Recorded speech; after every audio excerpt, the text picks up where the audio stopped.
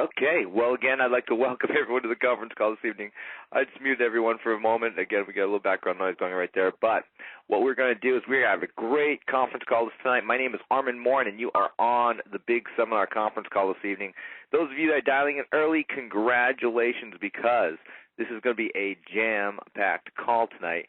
We're going to have a good friend of mine, Yanik Silver, on the conference call tonight, and we are going to talk with Yanik for the next 60 minutes, starting in about 10 minutes from now. So, again, we've got a great call in store for everyone, and we're going to start in just a few moments. Again, this is part of the big seminar preview series that is going on as part of the big seminar that we are holding in Atlanta, Georgia on April 7th, 8th, and 9th. And, again, that is filling up very, very quickly here.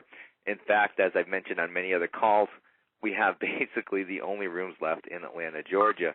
And we are going to be telling you more about that in just a few minutes. But the fact is that this conference is going to be our biggest, our best big seminar we have done to date. Each time we've done it, it gets better and better. And we're going to tell you more all about the big seminar and how you can participate. But very simply, in the email that you receive, there's a link to the big seminar. You can simply click on that, find all the details about it. We'll tell you more as time goes on here. But again, I'd like to welcome everyone to the conference call tonight. Again, my name is Armin Morin. You are on the big seminar preview series, and again, we're going to get started in about another 9 minutes or so. I've got everyone muted right now. I'm going to open it up in a few minutes so we can welcome some people onto the conference call tonight. This is going to be a jam-packed call. If you've dialed in early, congratulations. Thank you for dialing in early because, again, because of our guest speaker this evening, we are having a jam-packed call. We're going to be talking with a good friend of mine, Yanik Silver, this evening on tonight's call. We've got 9 minutes before we talk with Yanik.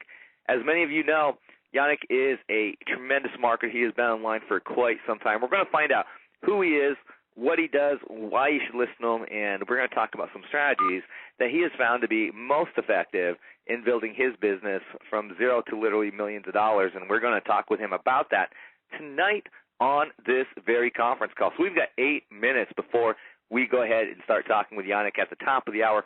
I'm going to go ahead and mute out just like as I am right now. But we're going to open up the call in a couple minutes here just to welcome everyone onto this conference call. We have people literally from all over the world dialing in tonight for this particular conference call. Why? To find out exactly who Yanik is, find out what he's all about, and to find out what he's going to be teaching you at the next big seminar in Atlanta, Georgia. And we're going to be telling you more all about the big seminar as time goes on.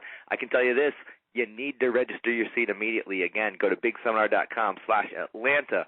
2006, that's Atlanta with a capital A.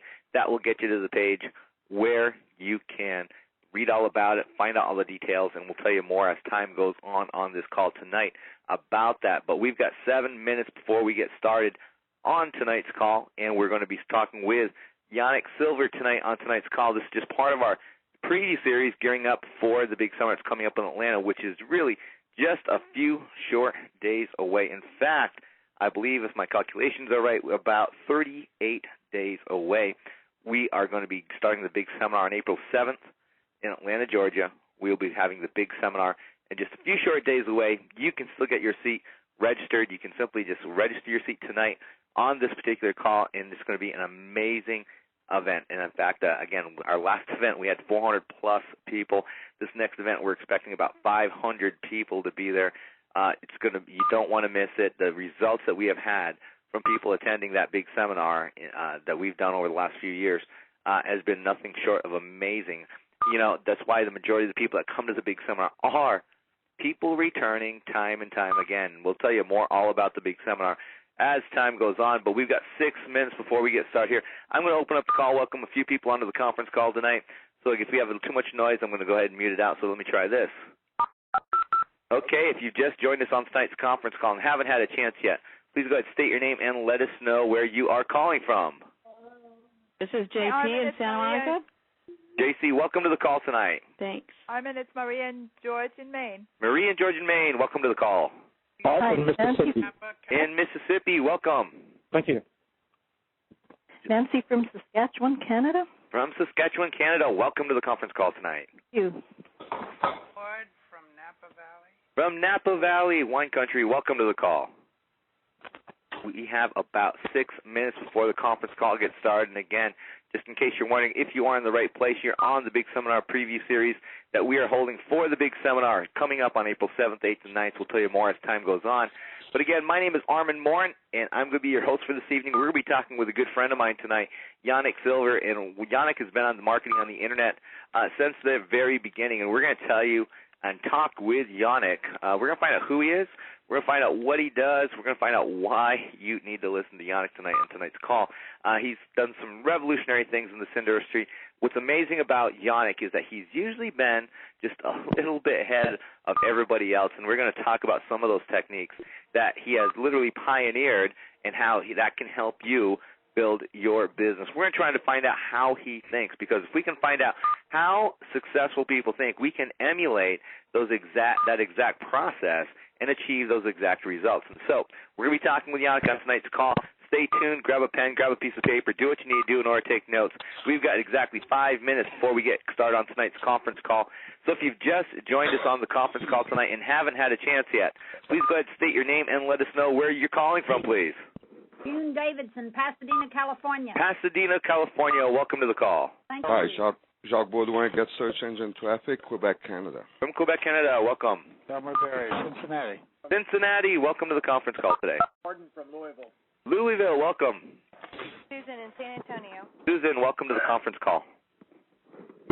We've got a great call in store for everyone. We got 4 minutes before we get started, but here's what I want to make sure that you do before we even get started. Go ahead, grab a pen, grab a piece of paper, do what you need to do in order to take some notes on tonight's conference call. We're going to go fast. We've got a lot of information that we want to cover on tonight's call. We're going to be talking with Yanik Silver, a good friend of mine tonight on tonight's call, and we are going to get started here very, very shortly. So we've got 4 minutes before we do start talking with Yanik at the top of the hour. I'm going to go ahead and mute out the call so you will be able to hear us very clearly, and you're not going to hear the background noise or any beeps that are going on currently right now. So, but with that being said, we've got 3 minutes now before the call gets started. Go ahead, if you haven't had a chance yet, state your name and let us know where you're calling from. Dennis from Florida. Dennis from Florida, welcome to the call tonight. Thank you. Hi, Doris Lee McCoy from La Jolla, California. Doris, welcome. Susan from Las Vegas. Susan from Las Vegas, one of the cities that takes my money every year. Welcome. Thank you. Annie in Michigan. In Michigan, welcome to the conference call. We've got 3 minutes, a little over 3 minutes before we get this conference call started. As I said earlier, we're going to be talking with Yanik Silver tonight in tonight's conference call. We've got a jam-packed call. Those of you that are on right now, welcome. Glad you made it.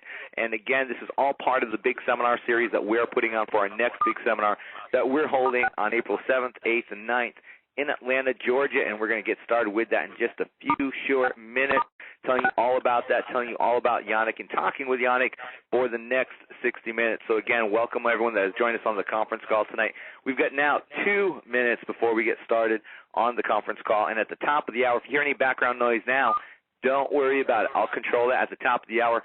I'm going to mute out everyone. You'll only be able to hear Yanik and myself. So with that being said, if you have just joined us on the conference call and haven't had a chance yet, please go ahead and state your name and let us know where you're calling from. Terry Silver from Indiana. From Indiana, welcome to the call tonight. All right. Armando from Redondo Beach. Okay, well, welcome to the conference call from Redondo Beach. Good evening. This is Henry calling from Lima, Peru. From Lima, Peru, welcome to the conference call. Thank you. Redondo. Welcome to the call, everybody. We're going to get started in about 2 minutes or so. We've got a great call in store for everyone tonight. And, again, we're going to be talking with Yanik Silver. Again, we got a little background noise going on right now.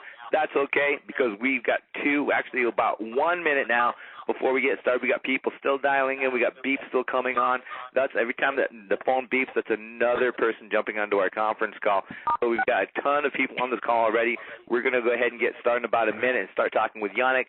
And we're going to, again, cover a lot of information tonight. We're going to go fast. We've got a lot of things we want to talk about, and we're going to jump right into it in about a minute or so. But if you've just joined us on the conference call and haven't had a chance yet, please go ahead and state your name and let us know where you are calling from. Skip Page. Skip in Australia. Skip, welcome to the call. We got someone from Australia. Welcome to the conference call. Happy Forest from Raleigh. From Raleigh, North Carolina. Welcome to the conference call. And we Pamela from Australia. from Australia. Welcome. Seattle, Washington. From Seattle, Washington, welcome to the conference call tonight. Robert from Canada. Robert from Canada, welcome to the conference call tonight. Robert. Jim, Austin, Texas. Austin, Texas, welcome to the great conference call this evening. Thanks. We have exactly the top of the hour. I'm going to go ahead and mute out everybody, and we are going to get the beeps turned off on the call as well, too. And let's do that first. And the first question I have is this: first of all, is Yanik on the call? That's a good question, isn't it? That's a very good question. Hey, welcome to the call, Yanik. There's always that one moment of uh-oh. Of uh-oh, did he or didn't he? And he better have. Yeah. Well, first of all, let's do this. First of all, I'd like to welcome everyone to the conference call and onto the conference call tonight. My name is Armin Moore, and you're on the Big Seminar Preview Series. And this, what we're going to do tonight is simply talk to a good friend of mine, Yanik Silver. A lot of you have known Yanik for a long time. You've seen him out there. You've bought his products. We're going to find out more about him, what he does, some of the ways that he's literally been ahead of the curve every step of the way, and we're going to talk about that, and we're going to get inside that process. And you're going to see some amazing things that are going to happen on tonight's call. We're going to find out a lot of information for you. But again, this is part of the Big Seminar Preview Series that we have done for the last few weeks, gearing up for our next big seminar on April 7th, 8th, and 9th in Atlanta, Georgia. We have just an amazing event that's going to be happening here shortly. The seats are filling up like crazy because of what's going to happen. Basically this: imagine being locked in a room for 3 full days with some of the world's best marketers ever. And that is what you have an opportunity to do. We've been doing this for this is our 4th year now, and we have literally had thousands upon thousands of people come through our event. Right now, it's just amazing with how many people have come through, and most importantly, the results of those people as they came through. It just blows your mind what can happen in 72 short hours. We'll be talking with people, though, at the big seminar that are going to be teaching you, people like Declan Dunn. And, Declan is just amazing. Declan has been one of the first people that has been really one of the true pioneers on the net today. He's been on there well over 10 years, longer than almost anyone else I can think of out there. And Declan is going to show you some of his new techniques when it comes to blogging. Now, Declan gave me a story, and it's more than a story because I talked to him about this. And what he did is he took a person literally going from zero, and then 7 days later he put this system that he developed into action, and he added over 31,000 emails to their list. Plus, this book that they were marketing was seen by 110,000 visitors in just 7 days because of the new way that he is using blogs to build people's businesses.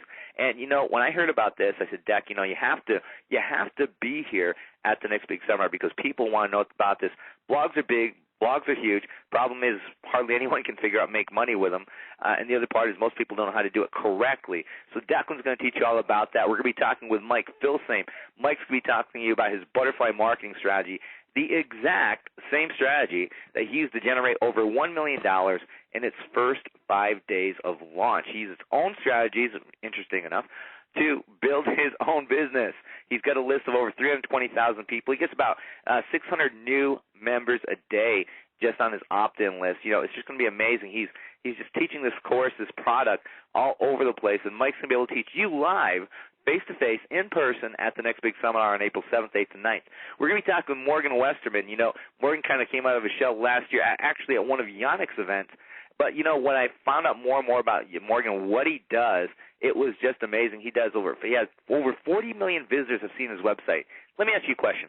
If you knew how to get 40 million visitors to your website, wouldn't you be able to make money with it? Well, I think that the answer is obviously yes, and Morgan has done exactly that. He did it with a public domain piece of information, and he can show you how he does it with his own buzz marketing strategies. He's going to tell everyone there at the big seminar, and you need to be there to listen to it. We've got John Childers, who, again, I tell this story all the time, but John Childers over the last 2 years has added multiple 7 figures to my income first of all, I should say that's extra, by the way, because of what John has taught me how to do. And he can show you how to do the exact same thing. And those of you that have taken John's course and have known John, and some well-known people have, Alex Mondosian, Jim Edwards, Mike Stewart. You know, a lot of people that I know have gone through John's training. It's just amazing what he has done. And, you know, I highly recommend him. I invited John to come because you guys need to know this as well, too. We've got Mike Stewart. Everyone's talking about video infomercials, podcasting, video auctions. Everyone's talking about this. These are the new buzzwords that are happening right now. Google video. Well, Mike Stewart, Jim Edwards, you know, these guys are leading the way to this whole concept. And not only that, but these two guys are guys that have actually done it and are getting results that you can see 100% that work. And it's just amazing. I had asked Mike to come show everyone what they're doing with video right now at the big seminar because video is going to be huge. I'm getting ready to do a video in the next 30 days that is absolutely going to blow your mind. I was talking with Mike Stewart about this past week, and we were in California together. We started talking about this. I told him this concept I'm doing literally out of my home here. When you guys see this, you're gonna be amazed. You're gonna crap. That's what's gonna happen. Is because this is gonna be so revolutionary. And using the techniques I've learned from Mike and Jim and putting all this stuff together, everyone's just gonna be shocked. So stay tuned. In about 30 days or so, you're gonna see that. We're gonna be talking with Craig Perrine about email marketing. Email marketing is not dead, and we're gonna tell you why and how that can benefit you. At the big seminar. You know, Craig's just amazing. He's made some huge lists for some huge marketers, and he can show you how to build a big, massive, profitable email list and how to get your message through in a way that people are going to take action immediately. Stephen Pierce, I was supposed to be at an event this past weekend with Stephen Pierce, and I got there. I said hi to Stephen, and I had to go. I had to get on actually one of these conference calls last Thursday. And, but before I went, though, I was talking to Stephen, and he had to leave out the next day. He had to leave the very next day because Ford Motor Company wanted him to come and teach them his marketing strategies, his creativity strategies. And you know what? That's a tough position to be in. I think we can all agree. So Ford Motor Company can hire anyone they want in the world, but yet they're hiring Stephen Pierce. But he's also working with big major companies like Amazon. He's working with big companies like Google. I mean, all these companies are coming to Stephen. And the question is why? Why are they coming to Stephen? What does Stephen know that they don't? Well, there's an awful lot I can say about that. But Stephen is an amazing marketer. I've gotten to know him really well over the last few years. And, what he's going to be teaching you and how this can benefit you in your business is huge in 2006. You need to be there. You need to listen to Stephen. Dave Licani, we talked to not too long ago on this exact conference call. And Dave, he's just written a best-selling book. He has done a number of different things, but he's also an expert at PR, basically, public relations. Basically, you can use the media to get traffic, use the media to get sales, use the media in order to build yourself like you've never done before. The problem is that almost every internet marketer that exists in the world ignores it. And that is slowly changing in the last 2 years. But Dave's going to show you how you can be light years ahead of your industry, and Dave's going to show you about that at the big seminar. Just one of his strategies that I've learned from Dave and a few other people, taking this strategy with a little bit of a twist, allowed me to have my information on over 20,000 websites in actually under 48 hours. 48 hours. My information on 20,000 websites, 20,000 plus websites, in under 48 hours, and Dave's going to be able to show you how to do that as well, too.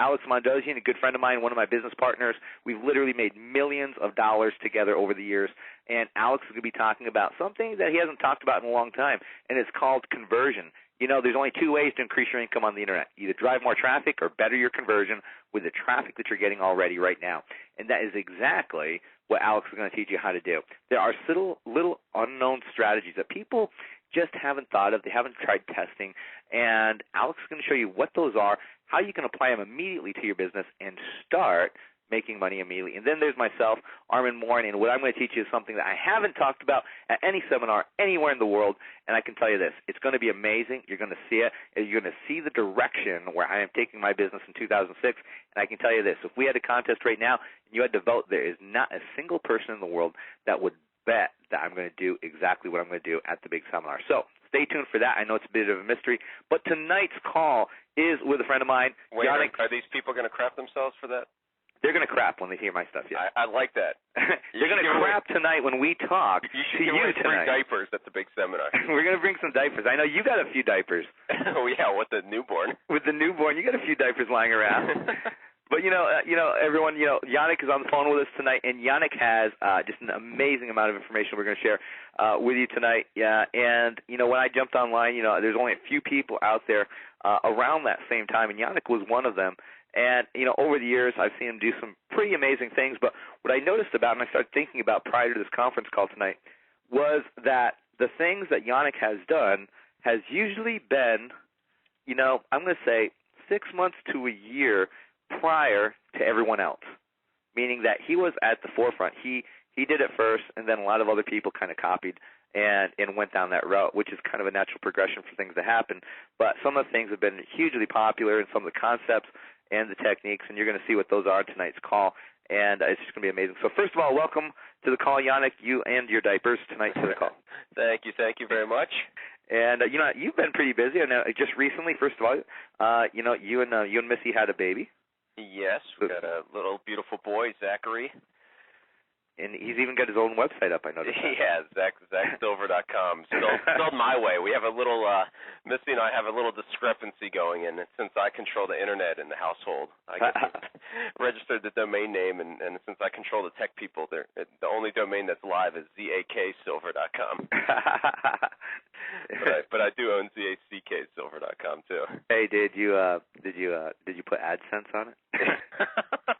That would be great, wouldn't it? You should, just for the heck of it. I'd like to see.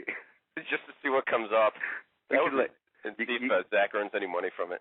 Yeah, you can make this little college fund and everything else. Well, he did. We did do something, and I'm sure. We can talk about a bunch of stuff. But when one of the things that people should do, and I guess we can get into marketing stuff right away, but this ties into Zach, is when Zach was born, we ran a Baby Z sale. And yeah, I saw that. Yeah, and that brought in a nice chunk of change. Brought in about $50,000. Wow. To help pay for some diapers. So essentially what you're saying is you started exploiting your son very early. Exactly. Okay. I told Missy we should have a couple more. That's right. You figure, if initially when they're first born, if they're worth $50,000, what is the lifetime value of that child? Yeah, we have a 1-year sale, 1-year birthday sale. I figure he's cute until at least 5 or 6 or 7. Right, so that's probably at least $1 million right there. Yeah. But that is a really important marketing strategy. Most people don't think about all the events and things that they can create events around to create some kind of profitable opportunity for themselves. Like I've done the tongue-in-cheek Save My Marriage sale, which was totally true. Not that Missy was going to divorce me, but it was totally true that she was really, really pissed off at me because this room in the back here that I have was completely overflowing with stuff. And, we put a big picture of that up, and we did, like $35,000 or something to clear out all this junk that I had in my basement. What's interesting about that is, I've seen a bunch of people do it. Do it. They've done it many times over the years. But the thing is with you, what you've done, to make that a little bit different, is that you actually showed pictures before and after. Yeah. Of all this different stuff once you cleared it out. And then you basically just made this huge list of all the different products, almost like a menu, if you want to call it that, of all the different things that you have available because as a result of this. Oh, yeah, absolutely. And I think what the big secret there is the story and the reason why. And that's one of the things that I always harp on, is telling people that almost always in any kind of copy that I write, I include some kind of reason why. And if people don't know why they should do that, they should go read Robert Cialdini's book, Influence, the Psychology of Persuasion. I've read that thing probably 9 times, and in there's a very good elaboration of exactly why we should put in reasons why people should be doing what we tell them, or why we're making the sale, or why whatever we're doing is the case. And with that Save My Marriage sale, there was a very good reason why. They could see it visually, like you said, with the pictures. There I am swimming in a bunch of boxes. So Yanik's not really BSing. Right. Maybe he set up that photo shoot, or but most likely he didn't, because no one would be stupid enough to get in the middle of all these boxes and ruin his back room like that. Yeah, but you could, I started thinking about that as you're saying that. And I was thinking, well, maybe it was clean already, and you reversed the photos. And then he knocked everything off the shelf. Time-lapse photography. Not that I'm a pessimist or anything. Yeah, not like you're someone on one of the forums who was like, I can't believe this, that, Yanik is blah, blah, blah, and, is he really going to get a divorce? I'm sure he's not going to get a divorce from that, and blah. Right. Yeah, it's amazing, sometimes people just kind of get carried away with the story. I mean, people that know you, and obviously people that have watched your marketing, know that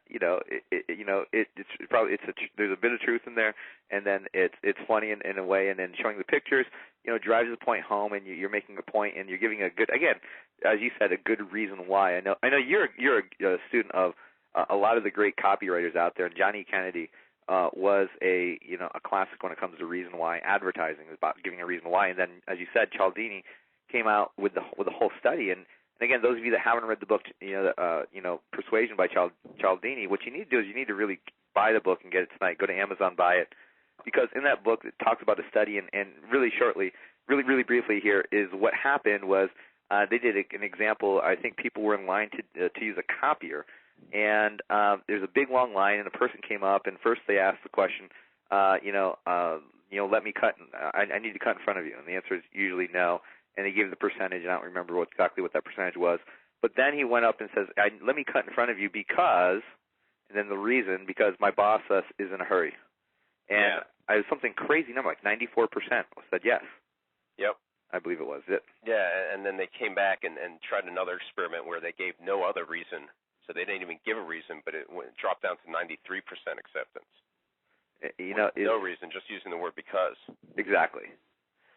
So that's a really powerful, very, very powerful, very, very powerful technique. And I see offers every day where in fact Alex and I were just on a conference call today critiquing a few websites, and one of the things that came down, Alex had pointed out, he says, here's your price, but you didn't give us a reason why it's this price. Yeah. Are you discounting or why? Because do I need more testimonials? This is a new product. I don't have any testimonials, so that's why I'm willing to give you a $100 discount because your agreement in this whole bargain is that after 30 days you'll give me your comments, good or bad. Why is it this price? Why is it 8 times the normal amount of what something like this goes for? Just give people the reason why. It's so powerful.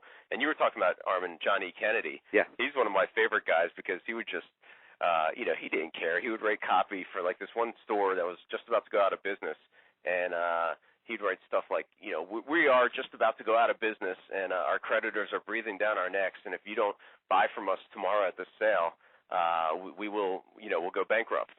So, come down tomorrow, and that ended up saving the store for a little while. Or, he might write something like, we got a bunch of rotten raincoats, but they're only, some bargain price, whatever it was in the early 1900s. And he's just totally truthful about it. And I think that's the key, is that you don't want to lie in your marketing, because you'll ultimately get found out no matter what anyway, and we've seen people do it all the time. Yeah, you can take some liberties like the, stop my divorce sale, because people understand that, and 98% of people have a sense of humor, and will get that it's a little bit of tongue in cheek there, but there's also a lot of truth to it, and there's a real reason why to it. But if it's, if you make something up, or if it's, just like what you said, if you lie, you'll usually get found out, and it's just not good marketing, and your reputation can be ruined very quickly online. Now you've been online for a long time, and it doesn't seem like that long, but I guess it doesn't. It doesn't, but it is, and tell everyone. I want to give everyone a little bit of a background on your story. Sure. I find it pretty interesting. It was 2000 when I first put up my first website, and I'd been working for a family business, my dad's company, selling medical equipment before that, and I literally did not have an email address before 99. 99 is when I had my first email address, and I remember looking around. The internet was still semi-new back then, and I'm thinking, everyone's kind of selling either how to get rich quick on the internet scams, or they're selling porn, and I didn't really want to sell either one of those. And in 2000, I started seeing some people selling ebooks online. I'm like, wow, this is really fascinating. I remember actually Marlon Sanders and Ken Evoy were the first two people that I saw selling ebooks. Yeah. And it was really fascinating to me because I saw what their models were. It was a long form sales letter, and I knew how to write sales copies. I've been studying that for years previously, and I've been writing ads for selling all kinds of medical equipment and doing all kinds of stuff with long form copy that you probably wouldn't want to do normally, but was selling all kinds of sophisticated equipment that way. So I knew how to sell that way. And then I saw, okay, well, it also involved maybe an affiliate network. And I thought, that's interesting. And I just literally woke up 3 o'clock in the morning one night, and I posed a question to myself. I said, how can I create an automatic revenue stream that makes me money while I sleep, that's completely hands-off, provides a great value for customers, and is not an e-book. So I wanted to do something different, and we'll come back to that because I think that's really important. And I literally woke up 3 o'clock in the morning, had this idea. It was a couple days after New Year's in January 2000. I woke up my wife, Missy. I'm like, Miss, get up. InstantSalesLetters.com. This is going to be big. She's like, oh, yeah. Just go back to bed, Yanik. She's used to all my harebrained ideas, and I always have a notepad with me everywhere, next to my bed or in the car or somewhere because I'm always getting ideas. And she's like, yeah, go back to bed. And I jumped out of bed and registered that domain. And within a month, I got my first sale. And that first month, February 2000, we made $1,800 selling these little fill-in-the-blank sales letter templates. And it just mushroomed from there. It went to, $3,200 the next month. It went to, I think, like $6,000 a month after that. And then it was up to about $8,000 or $9,000 and within about 4 months, I believe. And that's when people started asking me, what the hell did you do? How did you grow this so fast to a six-figure business? And that's when I started teaching internet marketing based on what I did, not just what I read about, what I heard about, what I thought might work, but what actually did work. And that product, again, many people have seen that all over, and you still sell it to this day, which is. I still sell it to this day, and it's still a nice six-figure income for me, believe it or not. And that's 6 years later. And that's really amazing. I think that's the lesson in itself is that so many people create what I refer to as fad products, meaning that they're only valuable right now, and it seems like nowadays there's probably more of those fad type products than ever before.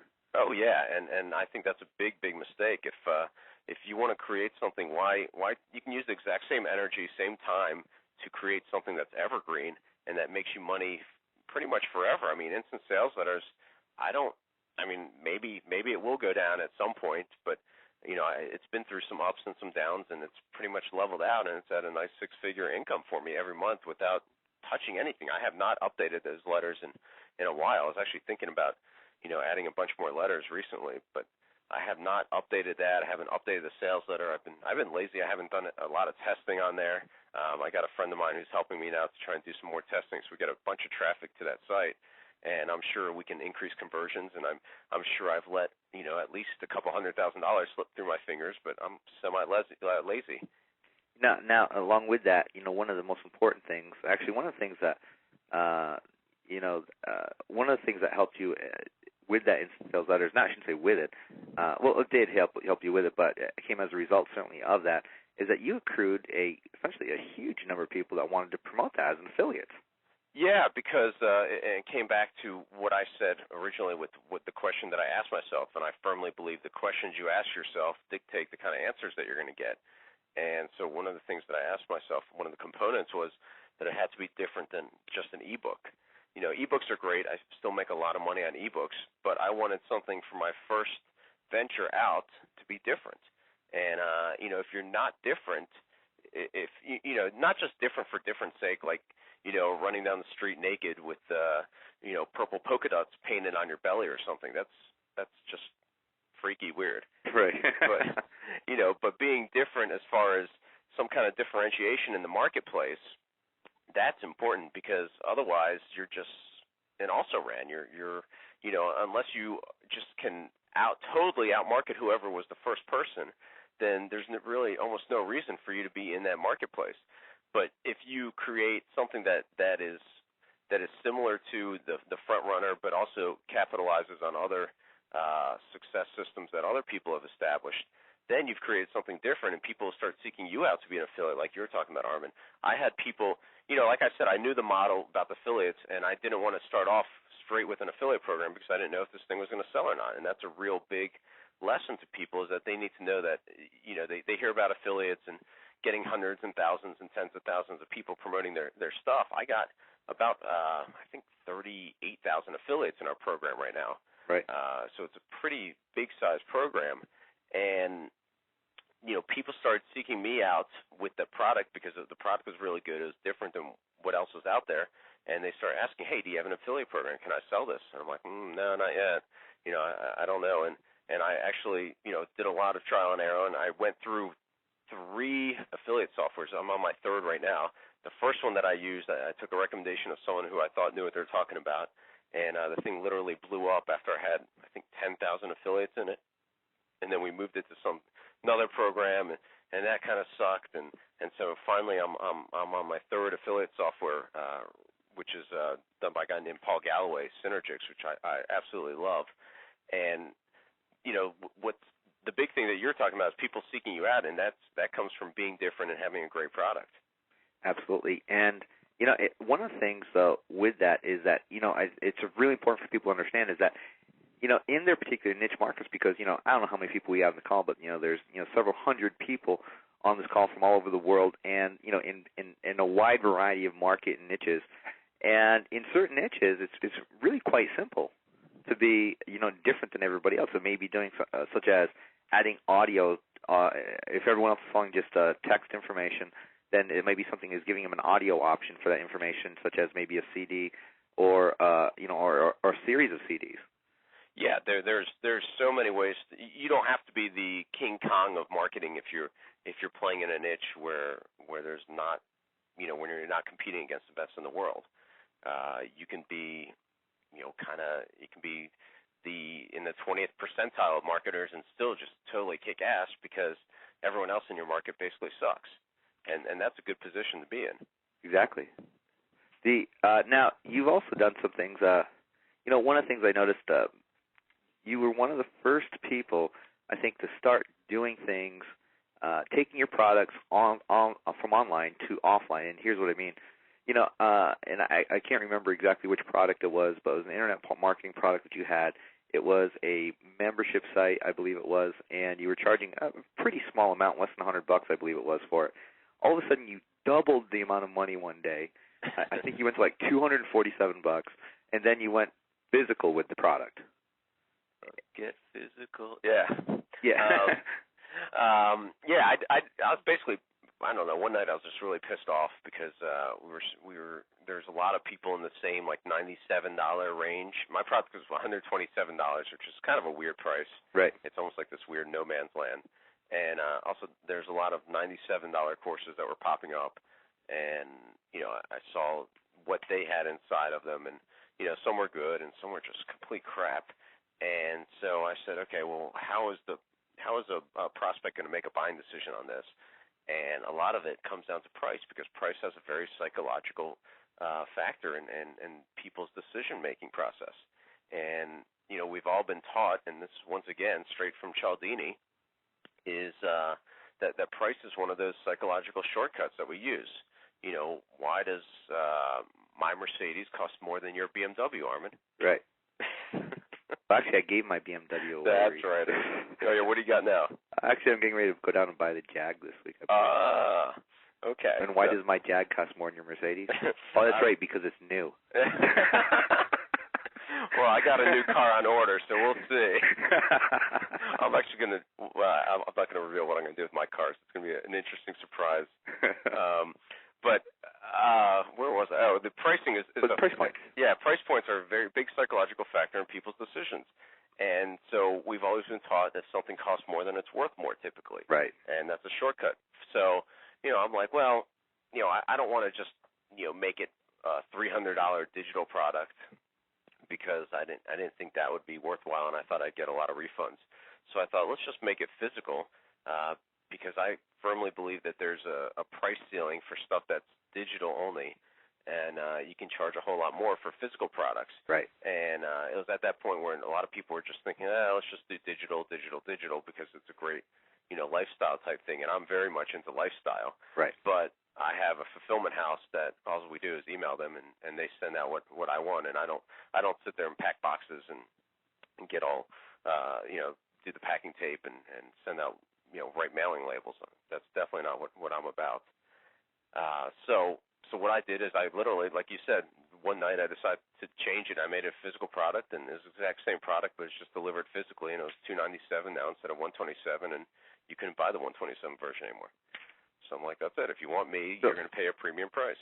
And that's really, I think when I saw that, I was like, he went from 127 to 297. Didn't even blink an eye, didn't even announce it or anything like that. Just did it. and I thought, he's making more than twice the amount of money that he made on that particular product sale. The exact same information. Yep. And it just happened all of a sudden. And then it wasn't until much after that I thought about the whole physical product aspect of that, and the reasons why and the legitimacies of shipping a physical product as opposed to a digital product.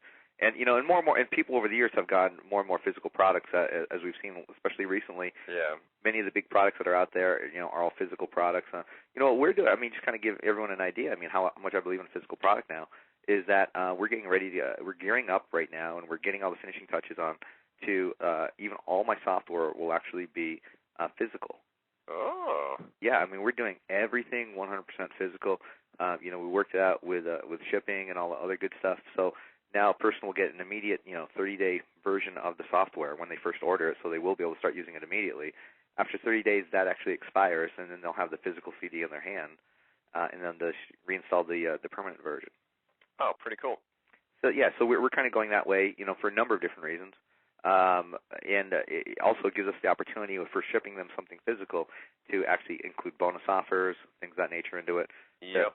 To get the maximum amount of advantage out of it. And and I'm a 100% online guy for the most part. Yeah, and that's what you said, additional offers. That's something that most people completely neglect. Is I do bounce backs in probably 90% of all my packages that go out, and bounce backs are what I call some kind of additional offer to buy something else, and it's all free money. Those people are your best customers, even though it doesn't seem like they would be. Anyone who's just recently bought something is the hottest prospect to buy something else, believe it or not, and it goes against all logic. But in the old school direct marketing formula of RFM, which is recency, frequency, and monetary value, the person who is the most recent buyer is one of the hottest people. That's why big direct marketers like to rent what is called hotline lists, which means that these are typically buyers who had purchased within the last 30, 60, or 90 days, because those are the people who are most, just rabid about whatever subject matter it is. Exactly.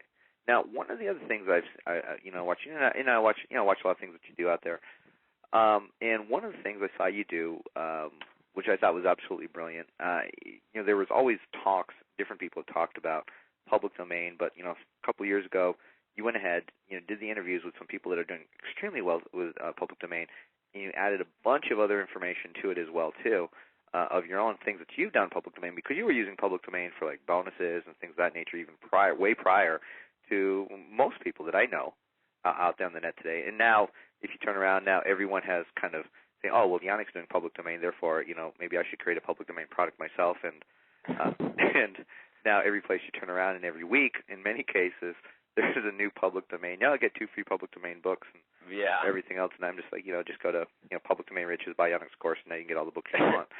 Yeah, I kind of let the genie out of the bottle, and there's a big stampede after that, which is kind of funny. I remember talking to one of my I guess friends, colleagues, old time direct mail marketing mail order guy. Sure. I'm not going to name who he is. Right. Out in L.A.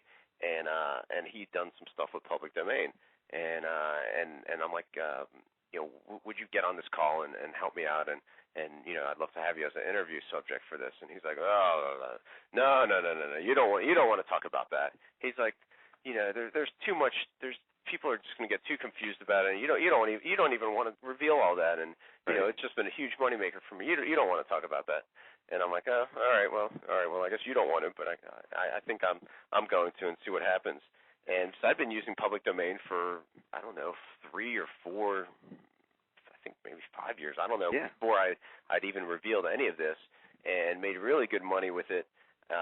And there's only one other person who came out with a course on public domain, and I don't know exactly how to pronounce his name, but I think it's Dave Valerays.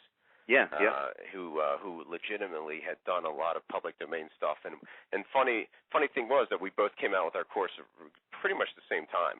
Yeah, and I buy his course too as well. And it's a very good course. Yeah, his is good because it's actually based on, and that's one of the things that I always look for, is based on actually have you done it and not have you just talked about it. Right. And he'd been one of the guys that had actually done it. And yeah, so public domain, I've been using it for a long, long time, and I've become I guess somewhat of a pioneer in it now, because everywhere, like you said, Armin, where you turn, it's public domain is a new hot thing, and it's not the new hot thing. It could have been the hot thing 10 years ago, but people just didn't realize what kind of bonanza it was. And I think at one of your last big seminars, I did do a whole presentation only on public domain. Yeah, absolutely. In Orlando, you had talked all about public domain. Yeah, and maybe I'll talk about some stuff about public domain now, and maybe some new stuff we're doing with that. There's just so much opportunity out there. Go ahead. You know what's interesting is that a lot of the people, and if you look at a lot of the different courses, and I buy all these different courses. I spend a ton of money buying all the courses really I can possibly see that have any kind of appeal. If they have somewhat of a decent sales letter, I'll buy it. Right. Or plus people send you a bunch of stuff now too. Exactly. Yeah. And I get that as well too. And what's interesting to me is that in comparison, and I don't want to sound too bad on this, but your course is not like this. And the public domain riches course is not a huge course by far. I mean, I'm serious. I mean, but I don't want to make that sound bad, but it's not. But what was interesting about that course is, and I actually reference it a lot, and actually it's sitting right here on my desk. And the reason why I reference it is because you give a ton of resources in there where to find public domain. Most people, are used to going to one place for public domain, just go to Gutenberg, and basically I can remember that one. So right. The rest of them I really can't remember. I can't spell the names of it. But Gutenberg's kind of lame. Yeah, I mean Gutenberg, it's a great starter place for people, but there's a ton. There's only there's 17,000 there, and I'm sure a person could hang out there for a while. But the other part is that in your course you talked about all these other places where you could go, and I've gone to these other places where I could look up these books, or I think of a person's name or happen to see it, and I was like, man, I wonder if I can get the original copy of that, and I'll go to one of the resources that you had mentioned, and I'll buy these 1910 first edition versions of these books, which I think is just kind of cool to have. Yeah. First of all, and the second part is, this information is great. Maybe I should take this and release this as a new product. and I quite honestly, I have this whole series. I have this whole course. That's not a course, I shouldn't say. It's if you want to call it a book club of books on public domain about success. Oh yeah, I didn't know that. Yeah, I have this whole. I've got 60 books, basically enough books to give me about 5 years worth of content. And I've had it for about 6 months now. I just haven't had a chance to release it. I had Michael Fortin write sales letter and all this other stuff. But so I already spent the money. But the fact is that what I found so interesting about this, there's so many works out there in the public domain that people can use, recreate material, bring it back to new material, and all the different rules along with that. Because you break it down quite simply, and not only do you break it down quite simply in your words, but you back it up with the official information from the government in there as well too. Yeah, and then like you said, that course is slim but meaty, and then people who wanted extra help, we actually did come out with a really thick step-by-step A to Z course, which is one of my favorite things is I found a book in a used bookstore called I think it's called Anatomy and Drawing. Oh yeah, I remember that. Yeah, and by this guy named Victor Perard, a great illustrator, and it's all about how to draw people. And so I found in this used bookstore, I'm like, this is really cool. Let me use this. Sometimes I like to challenge myself, and as Dan Kennedy says, the challenge is I'm too old for challenges. That's what he says for himself, and I guess I haven't got over that yet because for some reason every once in a while I like a challenge and see what I can come up with. And so the challenge was to start from scratch, complete ground zero, no list, no connections, no nothing, no expertise, and choose a really crappy market. So I chose artists, which we all know about artists are starving artists. Exactly. And so I chose this marketplace, and I decided to take this public domain work and see what I could do with it. And what I did was I actually did Camtasia videos of everything that I did, A to Z, of how I got this up, how I wrote the sales letter for it, every single piece of it. And I was, just really, it's actually a pretty damn good instruction. But the thing that's really funny about it is it took me a handful of hours just working part-time on it. And anyone could have done it because it's not like some masterful job of the sales letter. I think I wrote it while watching TV one night with my brain half turned off. And the funny thing is, it still makes me like $400 every single month, sometimes $500, $600. Right. And it's one of those little, like my friend Bill Harrison, sometimes when he introduces me to people, he's like, "Hi, it's my friend Yanik Silver. He's got over a dozen little online oil wells." And so that's a cool little description for it, because some oil wells are going to be big gushers, and then others are going to be like these little, these little puddles coming out, or these little piddly ones, but they still add up. I don't know anyone that would turn away an extra $400 a month for doing nothing. It's really kind of funny because you're talking about making $400 a month, and I've been talking a lot recently about making $300 and $400 a month to people, and a lot of people think you've got to swing for the fences and we get one product that's going to sell, it's going to make millions of dollars, when in reality that's not going to happen. It's tough. I've come out with a whole lot of products just like you. You're very, very prolific. And, correct me if I'm wrong, but what I've found is if I come out with 10 products, there might be 2 that are home runs, 2 that are complete dog bombs, maybe 3, maybe 4, and then the rest are like, they'll tread water, make a little bit of money. They'll do okay. They'll add to the bottom line, but just like on this public domain concept that you just talked about with this book, you talk about making $400 a month, and one of the things, just to kind of give you an idea, what we're doing as a result of learning this information about public domain and all this other stuff, we're working with a person right now, and we're working on the final details really to start releasing these books that we've been working on. Mm-hmm. But we're not, not to my market, because it has no bearing on the internet marketing industry, so to say. But just release them out there on its own. Run Google AdWords, run different advertising campaigns for it, and sell the books for what they're worth. They're, whether it be a 10, and we're working on pricing structure, but $10, $15, $20, whatever it may be, whatever the market will bear. But put out these books, because they only take literally minutes to do, and we've refined a way that we can write a sales letter in literally 10 minutes. And here's the great part, is with the sales letter method that we created is actually using public domain information as the basis of the sales letter. Very cool. And so it literally takes us 10 minutes to do the sales letter. It takes us, about approximately 10 to 20 minutes to do the book. So really within an hour we can produce a book with a sales letter and start advertising it. And so what I did is I teamed up with another person saying, hey, you do the work, and what we'll do is we use my money to advertise it. And, with what I know about advertising, we'll market these books, and our whole objective is to do at least, 3 to 4 of these books every single month. Mm-hmm. And once you get it set up, it's like, like Ron Popeil says on his infomercial, set it, forget it. And, I got that. I got my little houseplant book. I have this little dumb Get Fit While You Sit book. All these little dumb things. Even Missy, my wife, has a little website that's making her like this extra shopping money. Like, I don't know what she's making, like $800 every single month. Wow.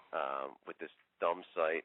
And she gets excited when the ClickBank checks hit our mailbox every twice a month, and it's literally something that she spent, I don't know, 2 hours on. Right. And I'm all the time she gets her checking, and she's like, I should do more. I'm like, yeah, you should probably maybe you should get a couple affiliates or something. But she's like, well, why don't you do that for me? Well, what's funny about this is that we're talking about this. We overall in our companies, we literally millions of dollars. But the fact is that we're talking about, when we're creating a product, we're not talking about several $1,000s a month product. We really have low expectations. $400 or $500 maybe at best a month, maybe $300 on the low side. But we're willing to work to get to a reasonable amount in that area.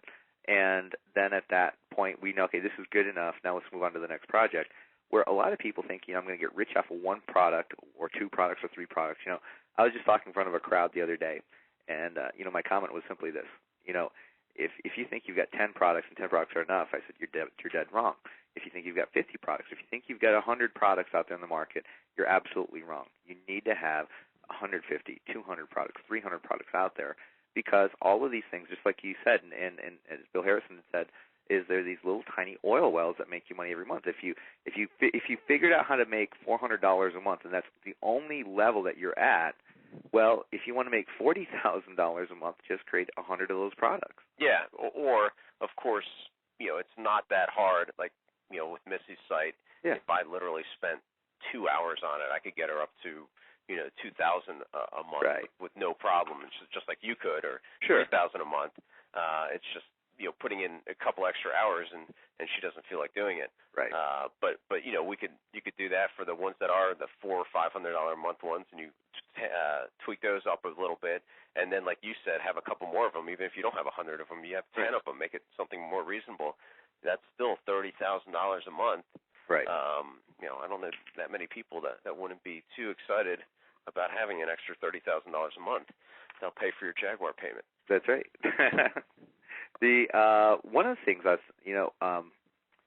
I know that you do, well, I should say you don't do, because one of the biggest issues that people have on the net, and I'm sure you get this question all the time into your office, is I can't do this because I am not really technically advanced. I don't have all the technical abilities. I don't have the skills. I don't know how to make a website. Now, I know that you aren't the most technically, let's say, literate person out there. Technically gifted person? Yes.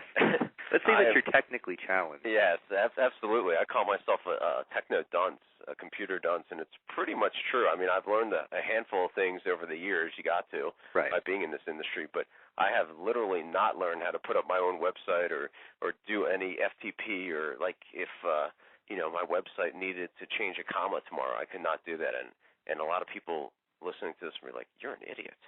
And and in one case, well, I was going to say in one case maybe I am being a little bit short-sighted, and maybe I should learn how to do some basic HTML in case I ever need to change, like, there's some glaring headline, there's some 4-letter word on the headline that I missed or something that is on there. But you know what? To me, that's a $50 an hour job, a $75 an hour job, whatever. Right. And I know that I'm worth way more than that. For product creation, joint ventures, networking, or just goofing off, and so I'm not, with for instance electricity. I mean, that's one of my favorite analogies to this is when you come down to right now in my basement in dungeon, as I like to call it, where you might even hear the little pool balls rolling around. I have a company pool table down here that's for executives only.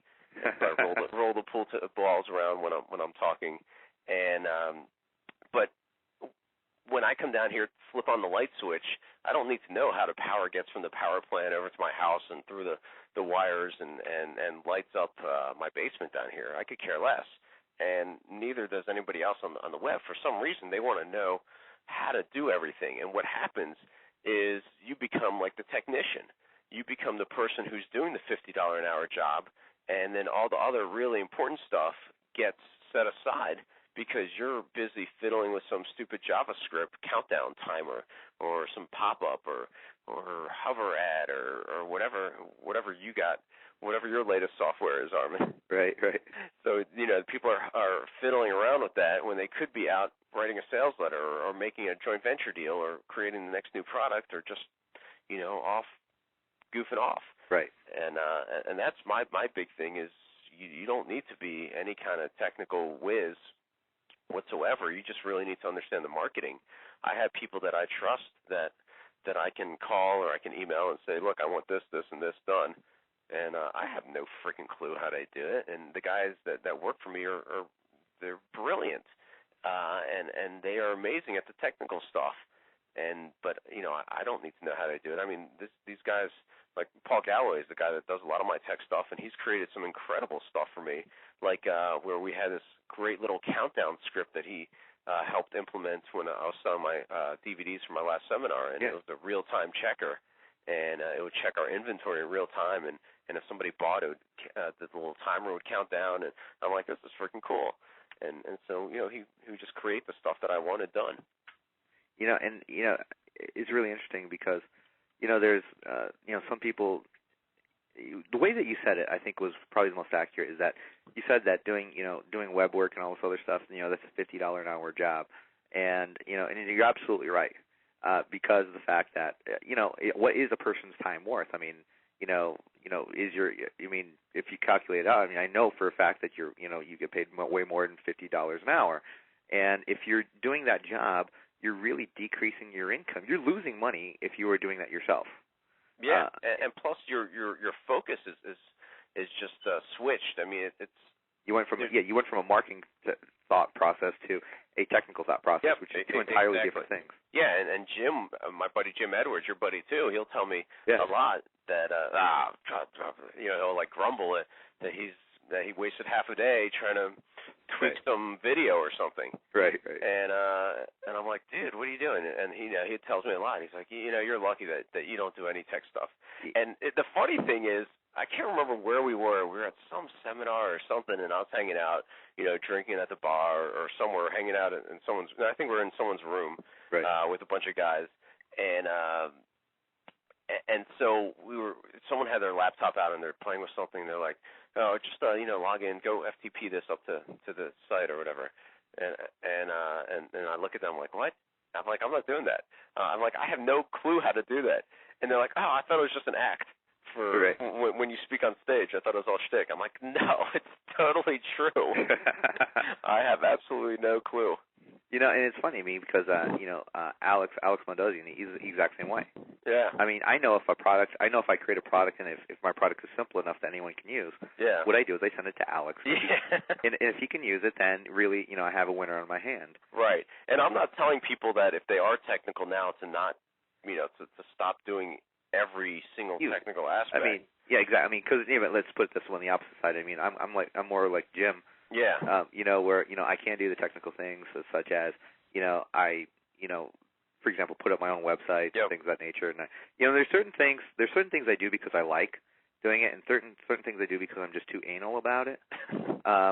And I want things to be an exact way, which is a good and bad quality to have. And the advantage, and let me talk about the advantage of having some technical ability, is that you can get things done quickly if you're good at it. Yeah, if it's 5 o'clock in the morning, you got an idea for new product, and you want to put up a sales letter or something. Yeah, put up a page to advertise on Google AdWords. You can do that. For me, I got to wait a couple hours. Right. I mean, but oh well, a couple hours. But and there are some advantages of having some technical ability, but the fact is I tend to agree with Jim. Would I be better off if I didn't have this ability? And the answer would be, in my opinion, is yes. Yeah. I would be, because. So the bottom line is, if you think that you can't succeed on the internet because you're not technical, is absolutely wrong. The case, because I've made millions and millions of dollars. Right. And I'm a techno idiot. And well, and I'll agree with you on that part. But which part, the idiot or the techno idiot? Either one. Yeah. But the fact is, Yanik, what's interesting is this: is that you've come up with all these different products. I mean, you've come up with all these different courses, and you've read the market that you're involved in really, really well. You're working I know you're doing a lot of stuff with Dan Kennedy now, and I know you're a part of his Platinum Coaching Program. Right. And you have the opportunity to work with Dan and Bill Glazier and all those people over there, and people literally all over the world have been affected by the marketing and the marketing strategies that you've helped create. Because many of the things, what's amazing is that when you look at the different things that you've done, is how it's affected other people, and how it can continue on to affect other people. When you're always coming up with new courses. I don't think there's a single person out there that when they reach a certain level that gets satisfied with where they are. They want to continue on. They want to do bigger, more things by expanding out their goals in what they're going to have. And now, in your particular case, actually, and in my case too, I don't know if I told you this yet, we're expecting a new addition to the family in September. Yeah, you did. Congratulations. Yeah, I didn't. I didn't want to let you, Rick Raditz, Ryan Dyson, wanted to let you guys have a heads up on it. It's a little like baby boom on the internet. Yeah. So yeah, exactly. So what was happening? What happens at these seminars? Exactly. But the thing is that we're going to be talking a lot of information. I know you're going to be, when you're coming to the big seminar.